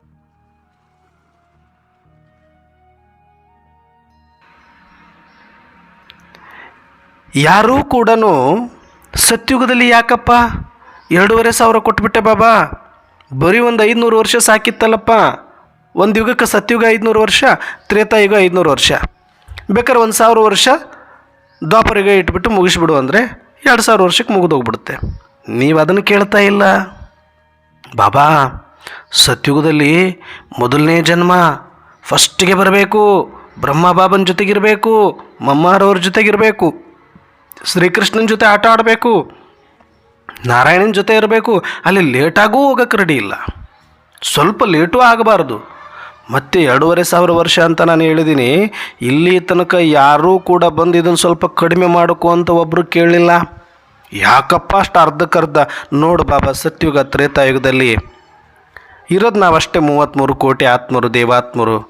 ನಮಗಷ್ಟೇ 2,500 ವರ್ಷದ ಸುಖದ ದಿನಗಳನ್ನು ಇಟ್ಬಿಟ್ಟಿಯಾ ಬಾಬಾ? ಪಾಪ ಅಲ್ವಾ ಬಾಬಾ? ನೋಡು, ಮುಸಲ್ಮಾನರು ಬರ್ತಾರೆ, ಬೌದ್ಧರು ಬರ್ತಾರೆ, ಜೈನರು ಬರ್ತಾರೆ, ಸಿಖ್ರು ಬರ್ತಾರೆ, ಕ್ರಿಶ್ಚಿಯನ್ರು ಬರ್ತಾರೆ, ಪುಣ್ಯಾತ್ಮರು ಬರ್ತಾರೆ, ಮಹಾತ್ಮರು ಬರ್ತಾರೆ, ಧರ್ಮಾತ್ಮರು ಬರ್ತಾರೆ, ಪಾಪಾತ್ಮರು ಬರ್ತಾರೆ. ಅವ್ರಿಗೂ ಸ್ವಲ್ಪ ಸುಖದ ದಿನಗಳು ಇರಲಿ ಬಾಬಾ. ನಮಗೊಂದು 1,000 ವರ್ಷ ಸಾಕು, ಅವ್ರಿಗೂ 1,000 ವರ್ಷ ಒಂದು ಸ್ವರ್ಗ ಇಟ್ಬಿಟ್ಟು ಅವ್ರನ್ನೂ ಎಲ್ರಿಗೂ ಒಂದು ಸಲ ಅಲ್ಲಿಗೆ ಕಳಿಸು ಬಾಬಾ ಅಂತ ಒಬ್ಬರಾದ್ರೂ ಮತ್ತು ಎಷ್ಟು ಸ್ವಾರ್ಥಿಗಳಲ್ವ ನಾವು. 2,500 ವರ್ಷ 1,500 ವರ್ಷ ಎಕ್ಸ್ಟ್ರಾ ತೊಗೊಂಡಿದ್ದೀವಿ. 1,000 ವರ್ಷ ಸಾಕಿತ್ತು ನಮಗೆ. ಅವ್ರಿಗೂ 1,000 ವರ್ಷ ಕೊಟ್ಬಿಡ್ಬೋದಲ್ಲ, ಬಿಟ್ಟು ಕೊಡ್ಬೋದಿತ್ತಲ್ಲ. ನೀವು ಅಷ್ಟು ಒಂದು ಆತ್ಮೀಯತೆ, ತ್ಯಾಗ, ತಪಸ್ಸು ಮತ್ತು ಇಷ್ಟೊಂದು ಸಮಾನತೆ ಬಗ್ಗೆ ಮಾತಾಡೋರು, ನಮಗೆ ಭಾಳ ಕಷ್ಟ ಇದೆ ಅಂತನ್ನೋರು, ಭಾಳ ಸುಖ ಇದೆ ಅಂತ ಯಾಕೆ ನೀವು ಯೋಚನೆ ಮಾಡ್ತಾ ಇಲ್ಲ? ಯಾಕೆ ನಮಗೆ 2,500 ವರ್ಷ ಆಯಿತು? ಇಲ್ಲಿ ಏನು ಮಾಡಿಬಿಟ್ಟಿದ್ವಿ ಅಂಥ ಘನಂದಾರಿ ಕೆಲಸ ಈಗಾದ್ರೂ ಸಂಗಮಯುಗದಲ್ಲಿ? ಏನು ದೊಡ್ಡ ಘನಂದಾರಿ. ಬ್ರಹ್ಮ ಮಮ್ಮ ದಾದಿಗಳು ಮಾಡಿದ್ರು, ಒಂದಷ್ಟು ಟೀಚರ್ಸ್ಗಳು ಮಾಡಿದರು, ಒಂದಷ್ಟು ತ್ಯಾಗ ತಪಸ್ಸೆ ಮಾಡಿದ್ರು ಕೆಲವರು. ಉಳಿದವ್ರು ನಾವೇನು ಮಾಡ್ತಾ ಇದ್ದೀವಿ? ಏನು ಮಾಡಿದ್ದೀವಿ? ಬಾರಲೆ ಪುಟ್ಟ, ಟೋಲಿ ತಿನ್ನು, ಹೋಗಲೆ ಪುಟ್ಟ, ಬಂದ ಪುಟ್ಟ ಓದ ಪುಟ್ಟ, ಬಂದ ಪುಟ್ಟ ಓದ ಪುಟ್ಟ, ಬ್ರಹ್ಮ ಭೋಜನ ಮಮ್ಮ ಭೋಜನ, ನವರಾತ್ರಿ ಶಿವರಾತ್ರಿ, ವಡಿ ಟೋಲಿ. ಇದಕ್ಕೆ ಅಲ್ಲಿ 2,500 ವರ್ಷ ಸುಖ ಬೇಕಾ? ಏನು ದೊಡ್ಡ ತ್ಯಾಗ ಮಾಡಿಬಿಟ್ಟಿದ್ದೀವಿ ನಾವು. ನೂರೇನೋ ಬಾರಿ ಏನು ಬಾರಿ ಮಾಡಿದ್ದೀವಿ? ಏನಿಲ್ಲ. ಮಾನಸಿಕವಾಗಿ ಸ್ವಲ್ಪ ಸ್ಥೂಲ ಧಾನ್ಯಗಳು ಇಟ್ಕೊಂಡಿದ್ದೀವಿ. ಮಾನಸಿಕವಾಗಿ ಇನ್ನೂ ಎಷ್ಟೋ ಪರಿವರ್ತನೆ ಆಗೋದು ಬಾಕಿ ಇದೆ. ಅದ್ರ ಕಡೆಗೆ ಗಮನ ಇಲ್ಲ. ಬ್ರಹ್ಮ ಸಮಾನ ಆಗಬೇಕು, ಮಮ್ಮ ಸಮಾನ ಆಗಬೇಕು, ದಾದಿಯರ ಸಮಾನ ಆಗಬೇಕು. ಬರೀ ಸ್ಥೂಲ ಶ್ರೀಮತ, ಸ್ಥೂಲ ಪಾಲನೆ ಅಲ್ಲ ನಮ್ಮದು ಇರೋದು. ಸೂಕ್ಷ್ಮ ಧಾರಣೆಗಳಿದೆ, ನಿರಾಕಾರ ಧಾರಣೆಗಳಿದೆ. ನಾವು ಪೂರ್ತಿ ವೈರಾಗ್ಯಗಳಾಗಿ ಈ ಪಾತ್ರದಿಂದ ಡಿಟ್ಯಾಚ್ ಆಗಿ ಎಲ್ಲರನ್ನು ಸಾಕ್ಷಿಯಾಗಿ ಎಲ್ಲರೂ ನನ್ನವರು ಅಂತ ನೋಡುವಂತಹ, ಬಾಪ್ ಸಮಾನ ಆಗುವಂಥ ಒಂದು ಯೋಚನೆ, ಪುರುಷಾರ್ಥದ ಬಗ್ಗೆ ಕಾಳಜಿ ಇಲ್ಲ. ಬರೀ ಸಣ್ಣ ಪುಟ್ಟ ದುಃಖ ಸನ್ನಿವೇಶಗಳನ್ನು ನೋಡಿಕೊಂಡು ಇದು ಯಾಕೆ ಬಾಬಾ, ಅದು ಯಾಕೆ ಬಾಬಾ ಅಂತ ಬರೀ ಬಾಬಾರವರಿಗೆ ಪ್ರಶ್ನೆ ಕೇಳ್ಕೊಂಡು ಇದು ಸರಿ ಮಾಡು, ಅದು ಸರಿ ಮಾಡು ಅನ್ನೋರಿಗೆ ಇವತ್ತು ಬಾಬಾರವರು ಉತ್ತರ ಕೊಟ್ಟಿರೋದು. ಯಾರಿಗೂ ಪರ್ಮನೆಂಟ್ ಮೋಕ್ಷ ಇಲ್ಲ. ಹೆಂಗೋ ಹಾಗೆ ನಿಮ್ಮದೂ ಕೂಡ ಇಲ್ಲಿ ಇಂಡೈರೆಕ್ಟಾಗಿ ಹೇಳ್ತಾರೆ. ಡೈರೆಕ್ಟಾಗಿ ಹೇಳಿದ್ರೆ ಮಕ್ಕಳಿಗೆ ಬೇಜಾರಾಗುತ್ತೆ ಅಂತ. ನಿಮ್ಮ ಪಾತ್ರನೂ ಇಲ್ಲಿ ಯಾವುದು ನಾನು ಸರಿ ಮಾಡೋಕ್ಕೆ ಬರಲ್ಲ. ಇದನ್ನು ಸರಿ ಮಾಡು ಅಂದರೆ ಸತ್ಯಗುದ್ದು ಸ್ವಲ್ಪ ಹೆಚ್ಚು ಕಡಿಮೆ ಮಾಡ್ತೀನಿ, ಓಕೆನಾ? 2,500 ವರ್ಷ ಇರೋದನ್ನು ಬರೀ 500 ವರ್ಷ ಮಾಡಿದ್ರಾಗತ್ತಾ ಹೇಳಿ? 1,000 ವರ್ಷ ಮಾಡಿದ್ರಾಗತ್ತಾ? ಮತ್ತು ಅಲ್ಲಿ ಅನ್ಯಾಯ ಅಂತ ಅನ್ನಿಸ್ಲೇ ಇಲ್ವ ನಿಮಗೆ? ಸತ್ಯುಗ ತ್ರೇತಯುಗ 2,500 ವರ್ಷ ನಿಮಗೆ ಕೊಟ್ಟಿದ್ದೀನಿ. ಮತ್ತು ಉಳಿದೆಲ್ಲ ಸರ್ವಧರ್ಮದ ಆತ್ಮರಿಗೂ ಕೂಡ 2,500 ವರ್ಷ. ಅದು ಆ ಸುಖ ಇಲ್ಲ. ಸತೋಪ್ರಧಾನ ನೀವು ಮುಗಿಸಿ ಹಾಕಿದ್ರ ಮೇಲೆ ಅವ್ರಿಗೆ ಅಲ್ಲೊಂದಷ್ಟು ಸುಮ್ಮನೆ ಕೊಟ್ಟಿರೋದು ಬಿಟ್ಟರೆ, ಮತ್ತು ಇದು ಅನ್ಯಾಯ ಅಂತ ನಿಮ್ಗೆ ಅನಿಸಿದರೆ ಇದನ್ನು ಬೇಕಾದ್ರೆ ಚೇಂಜ್ ಮಾಡೋದು. ಇದರಲ್ಲಿ ಯಾರು ಕೇಳೋಕೆ ರೆಡಿ ಇಲ್ಲ. ಸತ್ಯುಗದಲ್ಲಿ ಯಾರನ್ನು ಬಿಟ್ಕೊಳ್ಳೋಕೆ ರೆಡಿ ಇಲ್ಲ. ಸತ್ಯುಗದ ಟೈಮ್ ಸರಿ ಕಡಿಮೆ ಮಾಡ್ಕೊಳ್ಳೋಕೆ ರೆಡಿ ಇಲ್ಲ. ಸತ್ಯುಗದಲ್ಲಿ ಇಷ್ಟು 36 ವೆರೈಟಿ ಯಾಕೆ ಒಂದು 10 ವೆರೈಟಿ ಸಾಕು ಅನ್ನೋಕೆ ರೆಡಿ ಇಲ್ಲ. ಆ ಸುಖ ಅನ್ನೋಕೆ ರೆಡಿ ಇಲ್ಲ. ಇಷ್ಟು ಯಾಕೆ ಅಂತ ಅಲ್ಲಿ ಪ್ರಶ್ನೆ ಬರಲಿಲ್ಲ. ಇಷ್ಟು ಲಾಂಗ್ ಟೈಮ್ ಯಾಕೆ ಅಂತ ಅಲ್ಲಿ ಪ್ರಶ್ನೆ ಬರಲಿಲ್ಲ. ಮತ್ತು ಅದನ್ನೆಲ್ಲ ಸುಮ್ಮನೆ ಒಬ್ಬಟ್ಟು ತಿಂದಂಗೆ ತಿಂದು ಸೈಲೆಂಟಾಗಿ ಕೂತ್ಕೊಂಡ ಮೇಲೆ ಇದು ಸ್ವಲ್ಪ ಕಹಿ ಆಯಿತು ಅಂದರೆ ಬೇವು ಬೆಲ್ಲ ಎರಡೂ ಸಮಾನವಾಗಿರುತ್ತೆ. ಯುಗಾದಿ ಥರನೇ ಇದು. ಹಾಗಾಗಿ ಇದನ್ನು ಮಕ್ಕಳು ಅರ್ಥ ಮಾಡಿಕೊಳ್ಬೇಕು. ಯಾವುದೇ ಕಾರಣಕ್ಕೂ ಕೂಡ ಮಕ್ಕಳು ಬಲಹೀನರಾಗಿ ಬರೀ ತಮ್ಮ ಒಂದು ಬಲಹೀನತೆಗಳನ್ನು, ಕಷ್ಟಗಳನ್ನು, ದುಃಖದ ಒಂದಷ್ಟು ಕ್ಷಣಗಳನ್ನು ದೊಡ್ಡದಾಗಿ ತೊಗೊಂಡು ತುಂಬ ಚಿಂತೆ ಮಾಡಿ ಇಷ್ಟು ದೊಡ್ಡ ಸುಖ ಇದ್ದರೂ ಕೂಡ ಅದನ್ನು ಅನುಭವ ಮಾಡೋಕ್ಕೆ ಬರ್ತಾ ಇಲ್ಲ.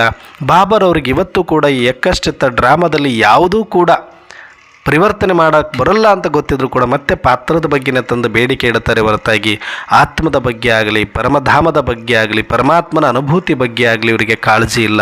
ಸತ್ಯುಗದಲ್ಲಿ ಅಷ್ಟು ಸುಖ ಕೊಟ್ಟಿದ್ದಾನೆ ಪರಮಾತ್ಮ ಅಂತ ಅದನ್ನು ನೆನೆಸ್ಕೊಂಡಾದರೂ ಇದನ್ನು ಮರಿಬೇಕಾಗಿತ್ತು, ಅದನ್ನೂ ಮಾಡ್ತಾ ಇಲ್ಲ. ಆದರೂ ಇವತ್ತೂ ಕೂಡ ನಾನೇ ಬಂದು ಇವ್ರ ಹತ್ರ ಸಿಕ್ಕು ಇವರಿಗಿಷ್ಟೆಲ್ಲ ಜ್ಞಾನ ಹೇಳಿ ಇವರಿಗೆ ಇಷ್ಟೆಲ್ಲ ಪದವಿ ಕೊಡಿಸ್ಲಿಕ್ಕೆ ನಾನು ಒದ್ದಾಡ್ತಾ ಇದ್ದರೆ ಮತ್ತು ಇದು ಯಾಕೆ ಬಾಬಾ, ಅದು ಯಾಕೆ ಬಾಬಾ ಅಂತಂತೀರಿ ಅಂದರೆ ನಿಜಕ್ಕೂ ಡ್ರಾಮದ ಬಗ್ಗೆ ನಿಮಗೆ ನಿಶ್ಚಯ ಇಲ್ಲ ಅಂದರೆ ನಾನು ಏನು ಮಾಡಲಿಕ್ಕಾಗಲ್ಲ ಮಕ್ಕಳೇ. ಡ್ರಾಮಾ ಪರ್ಫೆಕ್ಟ್ ಆಗಿದೆ. ಡ್ರಾಮಾ ಒಪ್ಕೊಳ್ಳಿ. ಇಷ್ಟು ನಿಮಗೆ ಲಾಭ ಇರುವಂಥ ಈ ಡ್ರಾಮಾವನ್ನು ನೀವೇ ಒಪ್ಕೊಳ್ಳಿಲ್ಲ ಅಂದರೆ ಬೇರೆಯವ್ರನ್ನ ಹೆಂಗೆ ಒಪ್ಪಿಸ್ಲಿ ನಾನು? ಬೇರೆಯವ್ರನ್ನ ಹೆಂಗೆ ಒಪ್ಪಿಸ್ಬೇಕು ನಾನು? ಬೇರೆ ಧರ್ಮದ ಎಲ್ಲ ಆತ್ಮರು, ಅವರು ನಿಮ್ಮ ಥರ ಆತ್ಮರೇ, ಅವರು ನನಗೆ ಸಂತಾನರೇ, ಅವರು ಪರಮಧಾಮದಿಂದ ಬಂದಿರೋರೆ, ಅವರೇ ಸೈಲೆಂಟಾಗಿ ಎಲ್ಲವನ್ನು ಒಪ್ಕೊಳ್ತಾರೆ. ಇಷ್ಟು ದಿನ ಭಕ್ತಿ ಮಾಡೋರಿಗೆ ಅವ್ರು ಮುಕ್ತಿ ಬೇಕು, ಮೋಕ್ಷ ಬೇಕು ಅನ್ನೋರಿಗೆ ಅವ್ರಿಗೂ ಕೂಡ ಮುಕ್ತಿ ಇಲ್ಲ, ಮೋಕ್ಷ ಇಲ್ಲ ಅಂತ ಹೇಳಿದ ಮೇಲೂ ಕೂಡ ಅವ್ರು ಒಪ್ಕೊಂಡು ಅವರೇ ಸೈಲೆಂಟಾಗಿದ್ದರೆ ಅವ್ರನ್ನ ಒಪ್ಸೋದು ಹೆಂಗಿರ್ಬೇಕು ನನಗೆ? ನಿಮಗೆ 2,500 ವರ್ಷದ ಸ್ವರ್ಗದ ಸುಖ ಕೊಟ್ಟು ನೀವೇ ಇನ್ನೂ ಗುಣ ಅಂತ ಗೊಣಗ್ತಾ ಇದ್ದು ಈ ಡ್ರಾಮದ ಬಗ್ಗೆ ಕಂಪ್ಲೇಂಟ್ ನೀವು ಮಾಡಿದರೆ ನಿಜಕ್ಕೂ ಬಾಬರವ್ರಿಗೆ ಎಷ್ಟು ಬೇಜಾರಾಗುತ್ತೆ ಗೊತ್ತಾ? ನಿಜಕ್ಕೂ ಯಾವ ಮಕ್ಕಳು ಬಾಬರವರ ಹೃದಯ ಗೆಲ್ಲಬಹುದು ಅಂದರೆ ಯಾರು ಡ್ರಾಮಾವನ್ನು ಒಪ್ಪಿಕೊಳ್ತಾರೆ ಅದು ಎಂಥದ್ದೇ ಪರಿಸ್ಥಿತಿಯಲ್ಲಿ ಡ್ರಾಮಾವನ್ನು ಯಾವತ್ತೂ ಬೈಕೊಳ್ಬೇಡಿ, ಟೈಮನ್ನು ಬೈಕೊಳ್ಬೇಡಿ, ಹಣೆ ಬರಹವನ್ನು ಬೈಕೊಳ್ಬೇಡಿ. ವಾ ಡ್ರಾಮಾ ವಾ ಬಾಬಾ ವಾ, ಏನು ಬೇಕಾದರೂ ಬರಲಿ ಬಾಬಾ, ಪಾಪ ಇಷ್ಟು ಮಾಡಿದೆಯಾ ಬಾಬಾ, ನೀನು ಇನ್ನೂ ಹೆಚ್ಚಿಗನ್ನಂಗೆ ಮಾಡಿಬಿಟ್ಟಿದೆಯಾ ಬಾಬಾ, ನನಗೆ ಇದರಲ್ಲಿ ಪಾತ್ರದಲ್ಲಿ ಬಂದರೂ ಕೂಡ ನನಗೆ ಇಷ್ಟು ಸುಖದ ದಿನಗಳನ್ನು ಕೊಟ್ಟುಬಿಟ್ಟಿದೆ 2500 ವರ್ಷದಲ್ಲಿ, ಅಲ್ಲಿ ಸತ್ಯುಗದಲ್ಲಿ, ಇಲ್ಲಿ ಮತ್ತು ಸಂಗಮಯುಗದಲ್ಲಿ ನೀನು ಡೈರೆಕ್ಟಾಗಿ ನನಗೆ ಸಿಗ್ತಾ ಇದೆಯಾ, ಇದಕ್ಕಿನ್ನ ಇದು ಏನು ಕಷ್ಟ ದೊಡ್ಡದ ಬಾಬಾ ಅಂತ ಯಾವ ಮಕ್ಕಳು ಕಷ್ಟಗಳನ್ನು ನೋಡದೆ ಭಗವಂತ ಕೊಟ್ಟಿರುವ ಸ್ವರ್ಗದ ಸುಖದ ನೆನಪಿನಲ್ಲಿ ಮುಳುಗಿ ಎಲ್ಲರೂ ಕೂಡ ಈ ಎಲ್ಲವನ್ನು ಮರೆತು ಬಾಬಾರವರಿಗೆ ಪಾನ ಸೋತೋ ಪಾಲಿಯ ಅಂತ ಹಾಡುವ ಮಕ್ಕಳು, ಬಾಬಾರವರಿಗೆ ಬಾರ್ ಕೃತಜ್ಞತೆಗಳನ್ನು ಸಲ್ಲಿಸುವ ಮಕ್ಕಳು ಮತ್ತು ಡ್ರಾಮಕ್ಕೂ ಕೂಡ ಕೃತಜ್ಞತೆಯನ್ನು ಸಲ್ಲಿಸಿ ಥ್ಯಾಂಕ್ ಯು ಬಾಬಾ, ಥ್ಯಾಂಕ್ ಯು ಬಾಬಾ, ಥ್ಯಾಂಕ್ ಯು ಡ್ರಾಮಾ ಅಂತ ಹೇಳುವ ಮಕ್ಕಳು ಮತ್ತು ಸರ್ವ ಆತ್ಮರಿಗೂ ಕೂಡ ನಾವು ಸಹೋದರ ಆತ್ಮರೇ, ನೀವು ಸ್ವರ್ಗಕ್ಕೆ ಬರುವ ಪಾತ್ರ ಇಲ್ಲ ಅಂದರೂ ಕೂಡ ನಿಮ್ಮ ಸೇವೆ ಮಾಡ್ತೀವಿ, ನಾವು ಭಕ್ತಿ ಮಾರ್ಗದಿಂದ ನಿಮಗೆ ಗೌರವ ಕೊಡ್ತೀವಿ, ನಿಮ್ಮ ಎಲ್ಲ ಇಷ್ಟಾರ್ಥಗಳನ್ನು ಈಡೇರಿಸ್ತೀವಿ ಅಂತ ಅವರ ಜೊತೆನೂ ಮಾತಾಡಿ ನಮ್ಮ ಪೂಜೆ ಮಾಡಿರೋರವರು, ನಮ್ಮ ಭಕ್ತಿ ಮಾಡಿರೋರವರು, ನಮ್ಮನ್ನು ಭಜಿಸಿರೋರವರು ಮತ್ತು ಅವ್ರಿಗೆ ಮುಕ್ತಿನೂ ಇಲ್ಲ, ಮೋಕ್ಷನೂ ಇಲ್ಲ, ಸ್ವರ್ಗನೂ ಇಲ್ಲ, ಅವರೇ ಸಹಿಸ್ಕೊಂಡಿದ್ದಾರೆ ಪಾಪ. ಆದರೆ ಇಷ್ಟು ಶ್ರೇಷ್ಠ ಪದವಿ ಸಿಕ್ಕ ನಾನು ಗೊಣಗಾಡ್ತಾ ಇದ್ದೀನಿ ಅಂದರೆ ಇದು ನಿಜಕ್ಕೂ ಕೂಡ ನನಗೆ ಮೋಸ ಅಲ್ಲ, ಇದು ಡ್ರಾಮಕ್ಕೆ ಮಾಡುವ ಮೋಸ, ಪರಮಾತ್ಮನಿಗೆ ಮಾಡುವ ಮೋಸ. ನಿಜಕ್ಕೂ ಕೂಡ ಇದನ್ನು ಯಾರೂ ಕ್ಷಮಿಸೋದಿಲ್ಲ. ಹಾಗಾಗಿ ಇನ್ನು ಮುಂದೆ ಯಾವುದೇ ಕಾರಣಕ್ಕೂ ಬಾಬಾ ನಾನು ಪಾತ್ರದಲ್ಲಿ ಎಳ್ಳಷ್ಟು ಕೂಡ ಪರಿವರ್ತನೆ ಕೇಳಲ್ಲ. ಅದು ಇವತ್ತೇ ನನಗೆ ಸಾವು ಬಂದರೂ ಸರಿ, ಇವತ್ತೇ ರೋಗ ಬಂದರೂ ಸರಿ, ಇವತ್ತೇ ನನಗೆ ಅವಮಾನ ಆದರೂ ಸರಿ, ಇವತ್ತೇ ನನಗೆ ಸಾಕಷ್ಟು ಶತ್ರುಗಳು ನಿಂತರೂ ಸರಿ, ನಾನು ಯಾವ ಸೀನನ್ನು ಕೂಡ ಇದು ಸರಿ ಇಲ್ಲ ಅಂತ ಅನ್ನೋದಿಲ್ಲ. ಹಾಗಾಗಿನೇ ಬ್ರಹ್ಮ ಮಮ್ಮಾರವರು ಕೊಲೆ ಮಾಡಲಿಕ್ಕೆ, ಬೆಂಕಿ ಹಚ್ಚಲಿಕ್ಕೆ ಬಂದವ್ರನ್ನು ಕೂಡ ಒಂದು ಕ್ಷಣಕ್ಕೂ ಕೂಡ ಅವರು ನಿಮ್ಮ ಹತ್ರ ಅಪ್ಲಿಕೇಶನ್ ತೊಗೊಂಡು ಬರಲಿಲ್ಲ. ಅವರ ಸ್ಥಿತಿಯಿಂದ ಅವರು ಅದನ್ನು ಸ್ವೀಕಾರ ಮಾಡಿದಾದಕ್ಕೇ ಅವರು ಇಷ್ಟೊಂದು ದೊಡ್ಡ ಪದವಿಯನ್ನು ಪಡೀಲಿಕ್ಕಾಯಿತು ಬಾಬಾ. ಹಾಗಾಗಿ ದಯವಿಟ್ಟು ಕ್ಷಮಿಸು ಬಾಬಾ, ನೀನು ಹೇಳಿರುವಂಥದ್ದು ನಮಗೆ ಸೂಕ್ಷ್ಮವಾಗಿ ಅರ್ಥ ಆಯಿತು. ನಮ್ಮ ಕಣ್ಣು ತೆರೆಸಿದ್ದಕ್ಕೆ ನಿನಗೆ ಕೋಟಿ ಕೋಟಿ ಧನ್ಯವಾದಗಳು ಬಾಬಾ. ಇವತ್ತಿನಿಂದ ಡ್ರಾಮಾದಲ್ಲಿ ಯಾವುದೊಂದು ಕೂಡ ನಾವು ಪರಿವರ್ತನೆ ಕೇಳೋದಿಲ್ಲ. ಅದು ಏನಿದೆಯೋ, ಅದು ಹೇಗಿದೆಯೋ ಹಾಗೇ ಸ್ವೀಕಾರ ಮಾಡಿ ಈ ಆತ್ಮ ಸುಖ, ನಿನ್ನ ಪರಮಾತ್ಮನ ಪ್ರೀತಿ ಮತ್ತು ಈ ಡ್ರಾಮಾದ ಮೇಲಿನ ನಿಶ್ಚಯದಿಂದ ಎಲ್ಲವನ್ನು ಗೆದ್ದು ಬರ್ತೇನೆ ಬಾಬಾ ಅಂತ ದೃಢ ಪ್ರತಿಜ್ಞೆ ಮಾಡುವಂಥ ಒಂದು ಧೈರ್ಯವನ್ನು ತೋರಿಸೋಣ. ಆಗ ನಾವು ಬಾಬಾರವರ ಹೃದಯ ಸಿಂಹಾಸನಧಾರಿಗಳಾಗಲಿಕ್ಕೆ ಸಾಧ್ಯ ಅನ್ನುವಂಥ ಮಾತನ್ನು ಹೇಳ್ತಾ ಬಾಬಾರವರಿಗೂ ಡ್ರಾಮಕ್ಕೂ ಕೋಟಿ ಕೋಟಿ ಧನ್ಯವಾದಗಳನ್ನು ಅರ್ಪಿಸಿ ಇವತ್ತಿನ ಚಿಂತನೆಯನ್ನು ಮುಕ್ತಾಯ ಮಾಡೋಣ. ಅಚ್ಚ ಓಂ ಶಾಂತಿ.